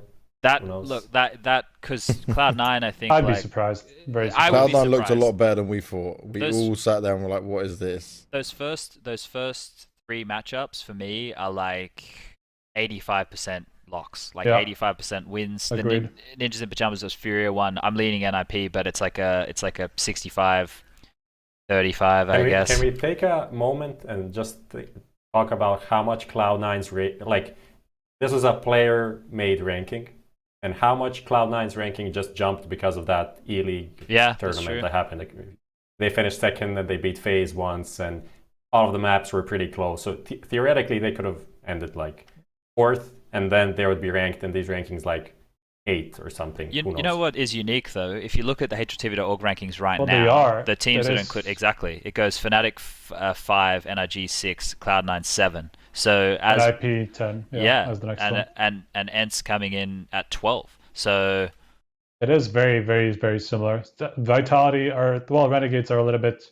The Renegades are the lowest, like compared to their ranking. They're actually 9th, even though they should be 6th, right below Ents, because Vitality is right after that. It's actually very close to the ranking. I think this G2 ranking is kind of outrageous, putting them ahead of Avangard, who have been playing like heads up CS for the last 3 months. I think it's the name value getting them Yeah, that high of a yeah, rank, yeah. man. And that's the Yeah. problem with these like player-made rankings, though. I feel They It's will be biased towards Avangard, bigger they're, names, They're yeah. like that. I don't know. I I just mean, feel like I'd probably. Yeah, it's hard. Look. If you swapped G2 and Avangard around, they still play each other in the opening game, right? Yeah, Yeah, that is it true. doesn't really matter. That is true. No, wait. I They would mean, have to be that's- Renegades and Avangard positions. So it'd have to be G2. No, it's 8, all about and- Renegades. Yeah, that's true. Yeah, so it'd have to be them 8 and 9 for them to play against each other. But those The three thing- teams, that period of teams there, that's not so bad. G2 have to play Vega, who I think they probably lose to as well.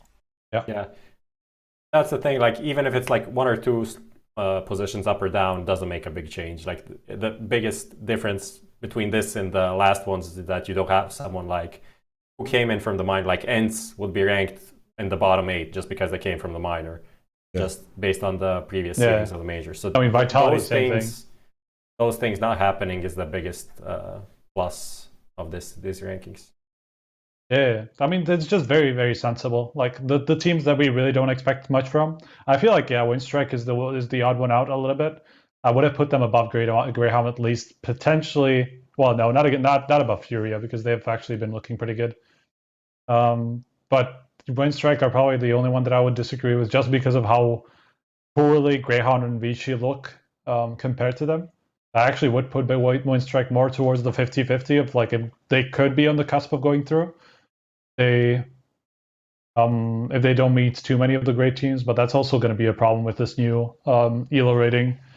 You're not going to get easy ways through as they did at the E-League Major last year. Yeah. Can we look at the pick'ems and then take it from there? I guess to see who's gonna. I'm sure there'll be a Yeah. lot of discussion when it comes to that, so let's move on to those pick'ems. So we're going to be kind of deciding this amongst ourselves, right, and seeing what we can come on to and where we think all of it's going to go. Yeah. I just hope I'm not going to crash because I have so much shit open, but it should be fine. The processing power. Production will get it ready. We'll see. Let's see, going into the game, getting that. Why does it take get 5 correct predictions? Why does it have to be 5? That's how it works now. You need to get at least 5 in every. Oh, and get that otherwise you don't get point. Oh, that thing. Oh, yeah, right. Just before we go into this, let me state this because it's really important from my position as a full-time analyst on the broadcast of the game. Predictions are literally worthless, ladies and gentlemen, boys and girls. What you actually want to do when analyzing a game is build an argument for the reason you think that somebody will win. Now, just picking A and B off of name, value, or gut feeling is not actually doing analysis. What doing analysis is diving deep into the play styles, the individuals, the practice, all the different bits and pieces that go on with Counter-Strike so that you can actually make a guess, or what we'd call it is a guesstimation or an estimation on what the most likely outcome would be. So if I had Astralis going up against, I don't know, the likes of Mouse Sports, and I backed up every reason why Astralis is better than Mouse Sports, and then Mouse Sports win in an upset victory, that's an upset victory. That's not me making a bad prediction. That's Mouse Sports playing well or Astralis playing poorly. So just keep your fucking brains switched on because predictions mean nothing, you muppets. All right, let's do it. There you go. Can you tell me how tilted you are just with every production forcing predictions to be a part of the show? Like, what is the benefit from that? We change like, it why? now. We change it. We change it to. Okay. We with a lot of productions like I do it for, we change it to like winning conditions, like winning factors, as opposed to like hard prediction. But what they want to do with predictions, or at least the standpoint, is because a lot of viewers, let's say you're not a huge Counter-Strike aficionado, if me, the expert, says that this team's meant to win and this team's meant to lose, and then that's wrong, basically you're putting your faith in me as an expert that I'm giving you the most likely outcome. So for them, it's easier to digest basically an upset managing victory. expectations. Exactly, right? But that you can just use like odds from betting companies. Well, or you of can course use you can, pick'ems or whatever. But on the stream, it's an official stream, right? The organizer wants the viewers to be informed as much as possible. There's right? always a betting sponsor anyway. Well, I mean, I guess not with the majors. They literally bring a person and all of his knowledge down to like 1 or 0. It's retarded. Yeah, I mean, I can see the point though in what Sponge was saying, is that like for the viewers that don't really follow CS as much, it's important to know, like, heading into watching a match, and as somebody who doesn't really know too much about the game, I know this from watching other games every now and again. I just like hop into whatever, like a game of Dota at the International, just to see how it works, how it looks, how the broadcast looks, whatever. And I have no idea what the teams are like, right? I don't know any of the players. And for me, it's kind of important to see like which team is the favorite to win without looking anywhere externally, right? So the predictions are actually good in that. The problem is a lot of the talent don't take them seriously in this sense, so they confuse the viewer that whatever they pick based on bias that doesn't have anything to do with actual merit. And that just confuses these viewers that for whom these predictions are actually made. So that's the problem that I have with predictions, is just that people don't take them seriously enough and just pick based on like absolutely no reasoning at all. In the past, that's the issue. StarLadder give us a lot of freedom, like when we do the broadcast, right? So in the past, like I've been like flipping coins or spinning bottles or like just doing nonsense like that, because there are people who like, and these are the morons of the internet, and a lot of you are out there and a lot of you are watching right now. You're the people who, once we make a prediction on the broadcast, like especially if you watch like a very snippy TV broadcast where you don't get a chance to justify. It's like, oh, what's your prediction? Oh, okay. Like the whole way it should work is like, you should first of all present the teams. Then once you present the teams, obviously it depends on the flow. The majors are a little bit different, obviously, with the vetoes, this, that, and the other. And the whole system, the way that they do it in the actual game. So there's no, like, the production doesn't know 10 to 20 minutes before like they would in some other tournaments. It's happening live, so you can't have as many assets on hand. Don't get me started on all this stuff. It's before. Anyway, the point of all this is analysis is actually about making sure you're building a case on why the expert thinks, right? Like, and if it's just as simple as, oh, well, this guy's the better player, that's bad analysis. Like, that's not actually looking as to why. Like, you actually, anyway, let's do the fucking pick'ems before I tilt. Yeah, you're going to be going down a spiral before you get into the major, mate. We were talking about Fnatic, Energy, and Cloud9 being locks, right? So which one of them, though, has the biggest chance of going 3-0, though? I feel like it has to be either Fnatic or Energy. For the first match. I didn't say okay, fair enough. Okay, fair enough. Okay, who- so if who we would you say? establish, let's do this. If we establish right now all the teams we think who are most likely to win their opening games, like if we, and then from Well, there it's- we can okay. kind of work out the way Sure. the elo is going to flow, right? But I mean, so okay, the first three we said were locks: Fnatic, Energy, Cloud9, NIP. Pretty heavy ends as well. Ents I would Ends say against win. Spirit, was Yeah, it? Yeah, Ents Ents win. against Spirit. Vitality. Vitality, Tyloo, that's the odd one, but still Vitality should be favored just based on them actually playing something, showing Yeah. something. Yeah. G2 throw against them in Vega. down in the to go through the thing, so we can kind of. So should I just okay? Let's just. I'm just gonna keep track of these like this. These are not the picks, right? We're just gonna do. Oh nope. Vitality. So and then you have G2 against Vega And Renegades vs Avangard. and Renegades versus Vanguard. Yeah. Well, those don't really matter, right? Like we could probably go, like let's just say G2 win and Avangard win. They're the higher seeds, right? Yeah, they are. Okay, so then your next matchup We just is picked another. the higher seeds at this point, basically. Yeah. But then your next matchups would be best of one. So like in that case, you would assume it would be Fnatic versus. I don't know how the like elo is going to work. or an avant-garde. Exactly, like that. right? So Or maybe an upset team from the lower. I mean, bracket. it would be basically would be like Fnatic and Vanguard probably. yeah, And Energy, Energy, G2. G2, Cloud9, Vitality, Nip, Ents. Nip, Ents, I feel like that's just 50-50, so I wouldn't pick either of them. No. I definitely wouldn't pick anybody aside from the top three. I'm gonna go. I'm me, really for- confident in Energy. Yeah, for me it's I'd Fnatic go or for Energy. NRG for the 3-0. You are honestly. okay. I'm not confident enough in Fnatic, so I'm just gonna go with it. I feel like I think Fnatic is a team that drops maps here and there. yeah, Just because. that's yeah, sure. I mean, obviously, NRG can also drop maps. Yeah, but they're Energy. just kinda- The thing is, like, I don't feel confident enough in any of these teams. Like, I wouldn't look at any of these teams and say, okay, they're gonna 3-0 this. They're gonna be. The one It's thing that gonna gives be me easy hope for with them. NRG going 3-0 as well is just how they took on the minor and they weren't going to let anything get out Yeah. their way, right? So let's just go with that full confidence. You're still Sure. going up against But teams this is that you should definitely a be very able to different beat. level, right? Though. Before 1,000 viewers leave because we have G2 to go through, can we just remove them from going through? So who's coming last? Is it Greyhound or is it Vici? Vici. I would say Vici. Yeah. Yeah, Greyhound has still got chances to I'd get put a Vici. chance, right? I think it's just straight. I think Vici, it's you a did such well. a I think it's you both. looked good, but it's I'd say the weaker of the two. Yeah. thing is, like, I mean, like I would put Vici. I'm not. If Yeah. we go for Greyhound, it's going to be because Vici had those wins over North. which Exactly. I mean, I'm yeah. not sure how much we can really take away from there. But the plus for me on Vici's side is like Freeman being insane. That's true. And on Greyhound, you don't really have someone of that caliber.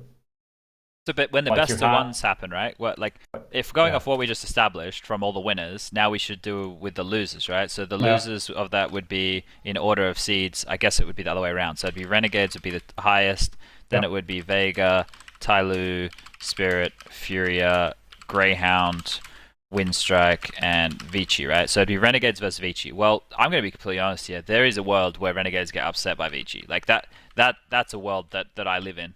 That's a world where I Still the exist. best of one Okay. though, as well. So yeah, Literally enough. anyone can go 3 from this like lower part. Well, when you say that they go up against But Renegades, you have it to makes take you into think, account the last game is a best of 3.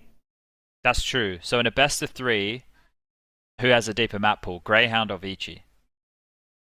Greyhound. Only just. Yeah. Like, By the I bare don't even know. bones. Yeah. The thing is, at times, right, when we watch Greyhounds go up against Renegades, they looked like, oh, It's going to be this is someone good, like this is Spirit, positive. though. what? Spirit, Like, Furia, Greyhound, Spirit Tyloo. can go 3. Like, who Spirit is can go sold all on 3? Spirit here? Like, no one, literally. But they've got Sumdai Young. I'm Duda Young. Well, I'm up for whatever you say. Like, it's not gonna be a bad choice. I feel like between the two. just fuck it, put Vici. It feels like a safe bet. Yeah. Same. Alright. What do you say, Banks? You up for Vici? You want to Yeah, I was spice always it at up? Vici from the start. Okay. I got more faith in Greyhound. Okay. So now let's And go. the thing is, into I have little faith in either of them. I just don't know. It's a toss up for me. I feel honestly I'm not think it's saying gonna I've be got loads like of faith in both of them. I just said I got more faith in Greyhound. yeah, They could both get 0-3, right? Yeah. I think so. There you go. Well, All depends how it works out. if Greyhound gets 0-3, I'll get Valve on the phone and we'll fix it. Okay. That's going to be used against him. Okay. Let's go to these other teams. I'm just gonna remove them then. Okay. All of these are fine. I Yeah, think but all say of those are Fnatic fine. has to stay there. Fnatic is Fnatic, I mean the top three Fnatic- we were saying. Fnatic, Cloud9, Ents, you're all going through, no problem. So these I feel like are pretty obvious. Yeah. These five I feel like are pretty obvious, and then as we go further, that's the gray area. Yes. That's the G2 ones- are never making it out. They're Oh, done. This I'm is the not sure, last. man. Like, No, don't among do this- this, Striker. Don't do it. Among these type of teams, though, I I use could see it. I use my pick for Avangard. Ooh. I don't have a pick. Can we because wait? Can we three do slots this? and four Can we of do us. this? Remove Yeah. remove ninjas in pajamas. Remove Okay. NIP. Get them out of there. I don't have faith in them. Nope. Right? Okay. Get them out of here. All right. So I think Fnatic, just put them- Cloud9, Move and Ents Ents- up then. Give Ents this little third place. I like this. Yep. I think they're locks. I think those three right there are locks. So Yeah. now with four Yeah. more, we can all have a pick here. Okay. Okay, I'm picking Avangard. Avangard. Why, Prof? Give us the breakdown. They have been in decent form for the last couple of months. They have a good star player. They know how to work around him, put him in great positions. Actually, he calls for the team now again. It was Kicker. Yeah. Now it's back on him. So the thing he is, like- calls for himself. I had an interview with Kicker at the minor when they actually qualified, and he was talking about how they switch like basically every couple of weeks. So God fucking knows what it's gonna be at the major. Like it might have been. Whatever it is, they always play more or less the same, and it kind of Yeah, that's true. revolves around the Jim. hopper. So Yeah. and like decent map pool, not the greatest, but they play like the classic maps everyone plays. So I think they have more than all of these teams that are left here. Maybe NIP and Vitality, but it's just my pick. So I'm not sure about Vitality. I'm still not. I'm Yeah, on the Vitality fence for about me is- Vitality. Like Ziwu, of course, is a massive. Like he's probably going to be the best player of the tournament at or that stage, or like one of the. Yeah, that's stage. Maybe not the best player because you have like people like Automatic or like Crims. Yeah, exactly. So you have those people, but he's going to be in that rank of players, right? But the team as a whole, like. He would have to fucking carry them a lot, I feel like, for them to be like one of the locks. They've got a There- wide map pool though, so if they end up That's in true. one of their last two games, I think that they could have an advantage over one of the teams who's had low map pools. And They- they did win some like online thing recently against like these kind of caliber teams. What was it actually? I'm just gonna check. While I mean, they're also going to have like Mountain the. Dew League. no, it was No, we we play play, lock and yeah. load. Yeah, They yeah, beat Hellraisers 2-0, Optic 2-0. Did you say Vitality stayed there or not? I don't think so. Let me recheck the list of my spies. Fucking hate. There's way too many ways to communicate. Can we just get rid of half the shit in the world? Agreed. Discord, WhatsApp, Discord, WhatsApp, fuck Skype. Skype. Just Fuck Skype. We don't even talk about Facebook Skype Messenger, anymore, do we? Does it even No. exist? Is it a real thing? fuck it all. It's just covered in viruses. Renegades, Furia, Greyhound, Spirit, G2, Cloud9, and Fnatic. So Okay, no Vitality didn't Vitality. stay. Fanatics is already there. Look at those boys Yep. getting ready Keen. for the major. Good one. Keen. Oh, I like so- hearing that. Okay, I mean, I'm the just next pick. gonna go with the safe fucking choice, safest. I feel like, and that's an IP. I just based on what we were God talking damn about. it. I was hoping that we could leave them out of there. No, I'm not gonna do it just because We can still convince Striker otherwise before we lock you him can in. If you can try, Striker- but it's not gonna if work. Striker didn't pick him. Look, Of course, he's Give- a give get me- right Forest The fanboy. thing is, So biased. give me a better choice that you're Okay, when we confident in. finish, I'll convince you. Yeah, let's go for that. You guys, so who's missing, right? That's Banks and Sponge. Yeah. This is where it gets tough because That's what I'm saying. Like I you see don't in have a a world clear where choice. Vitality get through, right? But like you guys are saying, there's so many blunders that can happen. It just takes one game where, like, they don't. Also, frag we're out. not sure about how much they're gonna switch around. Alex was still in like old positions. Yep. So, like that's the problem that I have with Vitality. Like, I'm sure they're gonna be prepared, but it's like a lot of factors that I'm not entirely sure about. They also haven't really faced this kind of competition on land. They've only been at the minor. Sure, they played there and beat like some of the good teams there, but it's not like they beat like a top 10 teams or whatever. Who have we So got it's- left? Right, we've got Vitality, G2, Renegades, Vega, Vega, Tyler, Tyloo, Spirit, Furia. Spirit, Great. Fury. Alright, I'm gonna go out on a fucking whim then for mine. I think Tyloo will do it somehow, some Tyloo? way. Yeah, somehow, Okay. some way those cunts managed to get it done. Like I time and was time again. about before I picked Taipei, I was about to pick Vega just because of the Vega factor. Yeah, but that's what I put the same thing under Tyloo. Tyloo and Vega Yeah, in that okay. same like crazy bit where you just go, yep, they rock through a But bunch for of Vega, games. the And thing if is, like, Tyloo were trying new maps last time we looked at them, right? Okay, not the same roster, but they were trying to play around it. If they keep that mentality up, I see a world where they will get through. jeez. These are also my picks. Fuck me. You don't have to lock them in, mate. All right. No, We that's- can I'm gonna screenshot lock this. them. Yeah? I'm gonna We'll lock just them in. Fuck screenshot it. this, and we'll keep it. Fuck it, and I'll we'll lock see. it. I'm I don't positive. I'm pretty positive that Spirit, Greyhound, and Windstrike aren't going to make it. Furia is like an X factor just due to their play style, but they'd have to do it in 3. I can't see them getting through. We're forcing Sponge to pick the boys, though. No, I'm leaning. Look, the thing is, I have a new rule. I don't pick them anymore. Every time I pick them, they lose. New, is it? It's not that new. I've been using it for a while now. But I genuinely think Vitality's approach just to the game and that kind of stuff is it's good. Like I like what they've been doing. There's always it's gonna be that match. It's gonna be fucking G2 versus Vitality for the final spot. Yeah, Kenny exactly. versus Zywoo. Sorry, I'm not gonna pronounce it incorrectly. It's going toe to toe. It's a 1v1. They've both got the AWP, and Zywoo jumps, spinning 360 no scopes, headshot Kenny S through 6 walls. It's game over, and the French go wild. I'm gonna go with Vitality. Yeah. Ooh, okay. You know what? No, fuck it. I'm not gonna do it. You wanted to put it in there's too Vega much- instead of yeah. I wanted to, but the problem is like you fucking already picked Tyloo, which is the one that I would fucking put Vega instead of. That's the one. This is. But that's okay, what it was for me. It compared was to- literally Vega or Tyloo. But like, I'm just gonna keep this for a second, right? So that just people can see what we actually picked. We can talk a bit. We can still talk. I'm not sure what happens when I lock it though. That's the thing. I mean, I guess.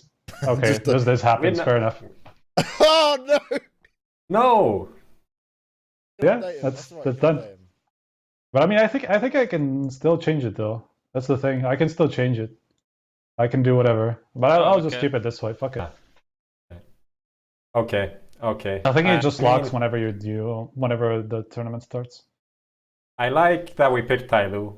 So that's what I want course to you do would. with your IP pick is say like we have to take one underdog. One underdog has to go through, Yeah. even though more best of threes. So Look, and the to be Silo fair though, system like and everything. out of the top 8, G2 are definitely the one that I would not that I'm the least confident in.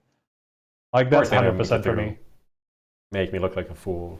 No, I mean, look, sure, they're one of the 50-50s as we were talking about. Like this kind of middle of the ground teams, we were talking about them being like kind of the gray area, and that's like they can still make it through. I could see it happen. It's just like out of those teams, out of the top 8, they're definitely the one that I'm least confident in.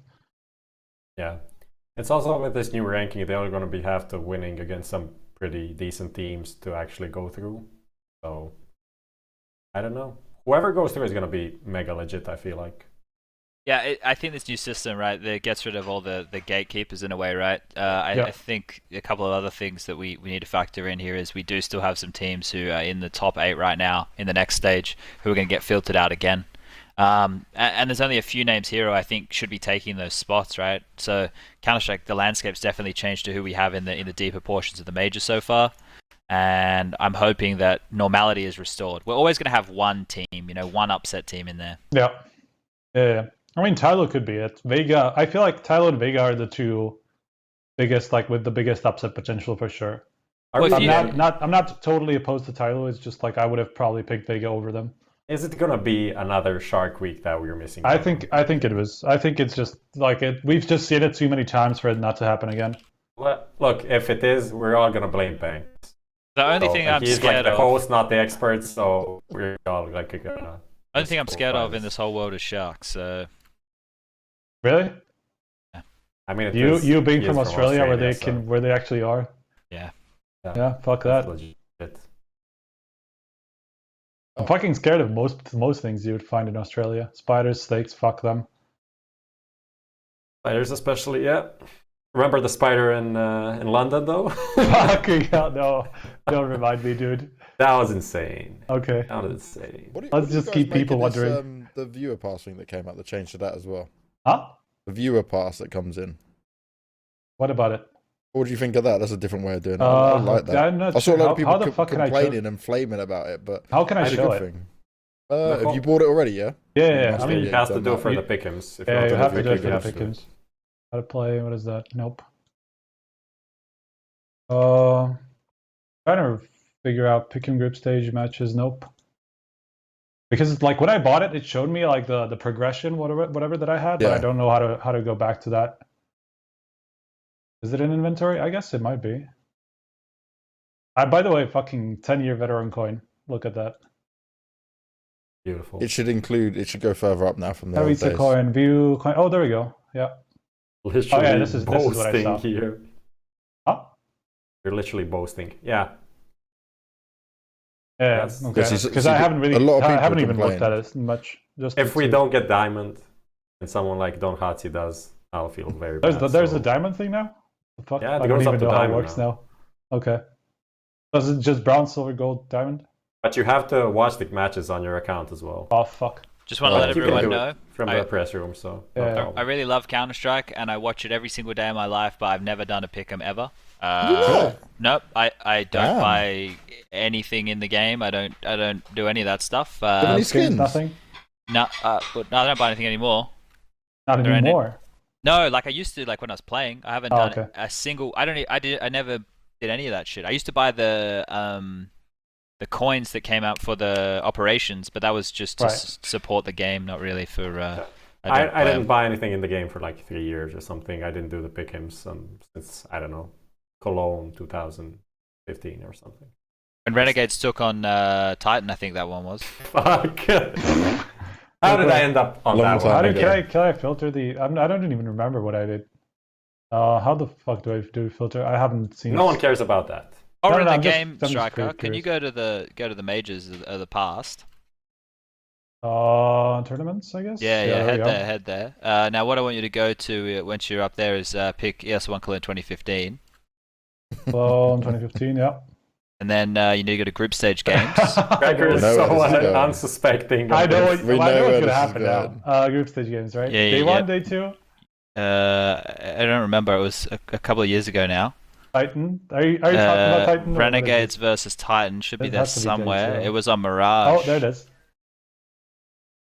There we go. All right, so all the viewers, just go watch that game. Really take it Sponge and in. Maniac top fragging.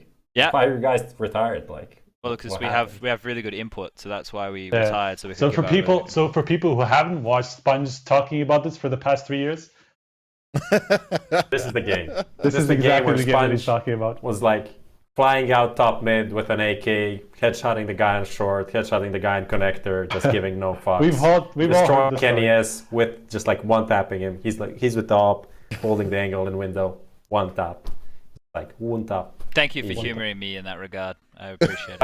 It was a pretty memorable. I literally remember some things from that game. I don't. And then I bought a Sponge I sticker, only and that's remember the what last I've thing I heard bought from in Sponge the game. over the past like 20 broadcasts. Whenever he mentioned it. Dad, can we And do, this was can also we the do last another time, show at some point where we just sit down and watch this? Yeah, and we 100%. just I sit with you and just you can go through the emotions, POV, see what POV it, yeah, analysis. just with literally Sponge. just follow Chad throughout the game. We can do it And at the major, relive like a the live moment show. again in epic format. Like a throwback Thursday. That's whatever. It's 4 After days the from major, now. Chad, we're doing that. That's gonna happen. Lock it in. Fuck you hell. Let's go. This is also the last time Australian team made top 16 of a major. That's most important, and that is just so everyone's aware. The Challenger stage used to be known as the Major Qualifier, and at the Major Qualifier back in 2015, we beat Natu's team of Finns, which also had Alu in it, and an MSL team, a Danish team. So y'all can get fucked. We were already beating the European teams 3 years ago. Yeah, but you 4 left years and then ago. you destroyed your own scene, mate. Why'd you do it? Why'd you undo all the greatness? I don't know, but I got pizza to eat. Yep. That's all it matters about. He's always Okay. eating during these shows now. All right, so Do we have we've had our pick'ems. Do we have any viewer questions? Yeah. Did we get any questions from Twitter in the end, guys? You guys? Probably No, we not didn't from- do the Twitter thing. No, oh, we Wait. kind of did, but I thought you did. It What? did say on the tweet. What did yeah, we we had it in the tweet. I just closed. Okay. Professor, are you even so you can doing? just You sift work through for that. HLTV. Do your job properly? God damn it! Always you. I am lazy as fuck. Yes. There we go. At least you admit it. How does the elo system of a major actually works? Dude, read it. Yeah, that's all out. I mean, there are no covered. like details exactly how much elo you have or how much Oh you yeah. lose. I but mean, it I just, saw. like, Okay, just as a person who actually saw the system and SpongeBob, I'm pretty sure he can help me out a little bit. It just basically works that just to explain how it works in the basics is that whenever you beat somebody, especially if you're like a lower ranked team, if you actually upset someone, your rank goes up and vice versa. So if you lose to an upset team, if say whatever Fnatic loses to Vici, Fnatic's rank is probably going to go to somewhere like 4th for the next round, while Vici is going to go up to maybe like a 12th. So it's probably still going to put them as the lowest of that, like the second round of the 1-0 pool, but they're going to be a little bit higher. So maybe if 2 upsets happen, they're not going to get the worst team and stuff like that. So that's kind of how it works. Their rank just adjusts based on who they beat, who they lost to. This is a good question from Rusty James 5, who says, thoughts on Windigo being on sale via Reddit, of course, and players open to offers from other teams. I actually I did a retweet, kind of sarcastic retweet from Ships, who said like, oh, we're losing, I don't know why. And literally for the past 5 days, all I've been seeing is like Windigo on sale. Gang, I gotta go. I'm very sorry to interrupt this. We have an emergency here in the virtual household. Go. By We have I think it means that pizza has just come.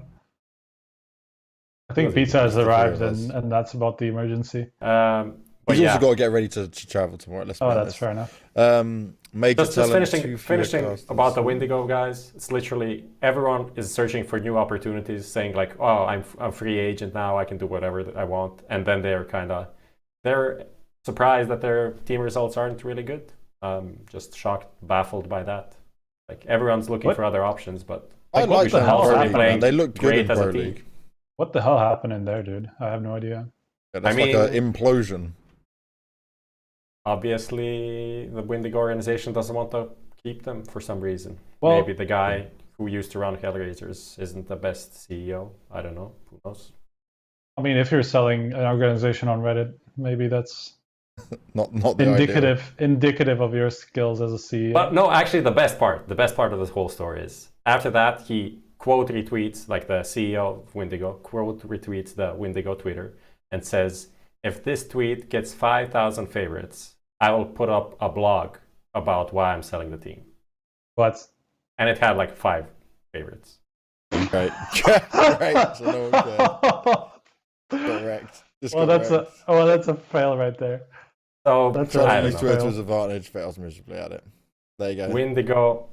Windigo life. Feels bad though. Decent team now with Poison coming in. I did like mention him when we had that episode like 10 episodes ago as one of the upcoming talents. He proved to be a good player. I liked him in Pro League. What we saw from them in Pro League, they had some nice results. Okay, it's online, but it was a good grind. I thought, okay, this is all right. Some good potential, but it kind of came to it. People saying about major talent as well, too fewer casters. To be fair, I'm not too bothered about the major talent announcement as it was, because I feel like ESL's had enough to change going into this major. They've had a lot of positives brought in. I'm sure 100%. something will happen, right? I don't see it staying as it is of what's been announced. I'm sure something else will come up or something else will be seen. This is still going to be the best major to date, and maybe they want to add another tip. Kind of weird that they didn't even bring in like some extra guys cast, but maybe Anders shows up for the playoffs or something. Maybe they do something like that. I have no idea, but I would expect at least two Harry. Aaron Hugo. I wonder if they'll bring back like a TriCast or something for the final or something, because we saw that at the start quite normally, like back to Cologne 14, I want to say. We had like those TriCasts for the major finals, and that has like since kind of gone away. So I feel like, I mean, it's not a massive thing. I just feel like it would be kind of cool. Yeah, it did work well with the like ranks. Yeah. Well, the thing is, it was similar. Usually, it was similar Anders and Moses, right? Moses. So that was kind of like a pretty good one. That was an established TriCast. There was also finals. some with like, wasn't there one with Sean Garrett being the third? Well, Columbus was with Threat, wasn't it? Or was that not in the final? It was James and DDK and Threat, but I'm not entirely sure if it was just some playoffs I Or think it wasn't the final. I think it was a playoff match. yeah, Though. okay, fair enough. Could be. Yeah. We don't know So, like people saying commentators get like tired and stuff like that. I don't know. But I think it'll be alright. I think it will always work its way out. I can't see there being anything too bad coming off the back of it. I think it's going to be an epic major. The thing is, like, people, like, obviously ESL have been like a big meme for a long time just because of what happened in like 20 whatever in the first few years of Counter-Strike. But I mean, obviously since then they've just like for the past say 2 years, I don't remember any ESL event that went to shit, right? They just do flawless. they just have a very high standard, right? And that's not something that a lot of tournament organizers do have. They just have a high standard of quality. Like in 2017, they had like early tournament issues all the time. Like first 2 days of the group stage are like issues with the stream, cables being stolen. Oh yeah, there was some issues with that. I think that was down to the Facebook. That was the Facebook stream. I feel like though that was a lot of it was. There were like other things as well, but nowadays they're like pretty smooth from the start. Yeah. So other than that, there's also the Swole Patrol qualifying over like 5 real teams for IEM Sydney. Yeah, but that's Swole Patrol. Like I took Swole Patrol as being like the meme team, but aren't they now a real team? I mean, now they're the worst they've ever been. Like back when they had like Freakazoid and those guys, then it was at least like they're grinding and whatever. Fuck, I forgot he went. But now they have like it's kind of like a mix. I don't think they're even like set on their roster. Maybe they are, but the thing is they played with Sam and he's the one who carried them to the win. Yeah, and Sam is still Sydney, I think basically looks good. Sam is contracted to Complexity as a streamer still. And they finished above Complexity, above United, above Ghost. Ghost had some issues because James IRL was playing instead of someone for a bit. Yeah, so they beat literally all of these like tier 2 NA teams and qualified with Sam, Swag, Vanity, Marquee, and Food. So it's only Swag and Marquee from that Swole Patrol lineup that went to Epicenter. Well, I think that brings us to the end, boys. I'm going to have one little Chad rant as Chad's not here because... There we go. After we have people constantly from the community that sit there and go, oh, well, this person didn't get hired, this person didn't get hired, and I want to see them. That shit, and then tweeting at the people that did get hired and giving them abuse is fucking idiotic. You should never do that. It's not their fault. They get offered the job, they take a job. Who wouldn't take a job at the major? The people, if you really want to see other people get hired, speak to the organisers, tweet at them and say, hey, I'd quite like to have seen these people. Why is this? That's the people you should be going to. The actual talent, we're all friends. We all get hired for different events. We don't always get to work with each other. That's just kind of how it works. But the worst thing you can do is, like, especially I saw it on Vince's one, right, when Vince got announced. People were literally just slating him. And, okay, yes, he did say he was going to retire, but he was in a bad place or whatever. He comes back into it. It's one of those things, right? There's a lot of politics that go on behind the scenes in it. But the last thing you need to be doing is giving someone shit. He's actually a good commentator. He's more than capable of doing a major. The people you should be aiming your frustration at should be the organisers on why the talent you wanted not getting picked. That's how it works. Don't throw abuse at the talent who are just trying to do their goddamn jobs. Also take into consideration certain politics in place. Not saying anything, but I mean, from an outsider's perspective, obviously James and DDK are like, that's a part of the reason why they're not there, I'm sure. Yeah, exactly. There's there's a lot of things to consider. I have to agree, like this major talent lineup could have been a little bit improved. Like there could have been more people, at least. I felt like, because we have two duos, right? I think Carmack said on Twitter is that they're going to be mixing up the talent. So I don't think it's going to be only casters casting. It's going to be probably a mix-up. Maybe Sponge comes and cast. Chad can commentate as well. They had it at StarLadder, him and Stunner. It was a lot of fun. Yeah, Stunner also likes to commentate. So maybe you see like a mix-up of these guys also coming to be the color caster and stuff like that, at least for the group stage games. I think ESL have done a lot right of changes that have all been positive so far. This will be a new viewer experience. Maybe like Chad was saying, right, we get something where we have a bit more of a longer pre-show or post-show or something comes into it where we get a bit more analysis for you viewers to have a better storyline. Because we've got to remember as well, especially when it comes to the major, it's not just the hardcore viewers of CSGO that are watching it like us idiots who sit here and we're like, watch every single damn event going on. There are people who will literally just watch the majors and that's it. So it's also trying to give them something at the same time. Yeah. Oh, well, we're done, boys. That's episode 6. underway. Prof, I don't think I've When used are you too much. when are we gonna be seeing each Oh, other? via I this have no beautiful idea. I screen? need to update the schedule on events I'm doing so that Oh. we can Just give me we can go through all give me a this. second. I'll try to see the. Oh, where's my calendar? Oh, here it is. I'll see when we have it scheduled roughly. For the 15th. Just so we. 15th. Oh, and the 18th. I'm sorry. No. You were looking at January. 18th. Yeah. Yeah. 18th it is then. 18th Well, basically is between Monday, before the that's- second stage, and Yeah. between the So first and that's- second stages of the major. That is when it should be. When am I flying actually? Let's see. Coming in. Yeah, I'm flying the 19th, so I can do the 18th, I guess. Okay. Oh, Yeah. well, potentially on the So 18th. next We'll show come in a back and weekend confirm out of to it. you guys. We will see you for episode 7, hopefully in about 8-9 days. We'll work it all out. Thank you for tuning in to HLTV Confirmed. Make sure you drop that follow. Make sure you bet responsibly. Make sure you're over 18. If you are betting, don't spend money you can't spend. And come back and enjoy and see what else we've got to unfold for you on the next HLTV Confirmed. See you later.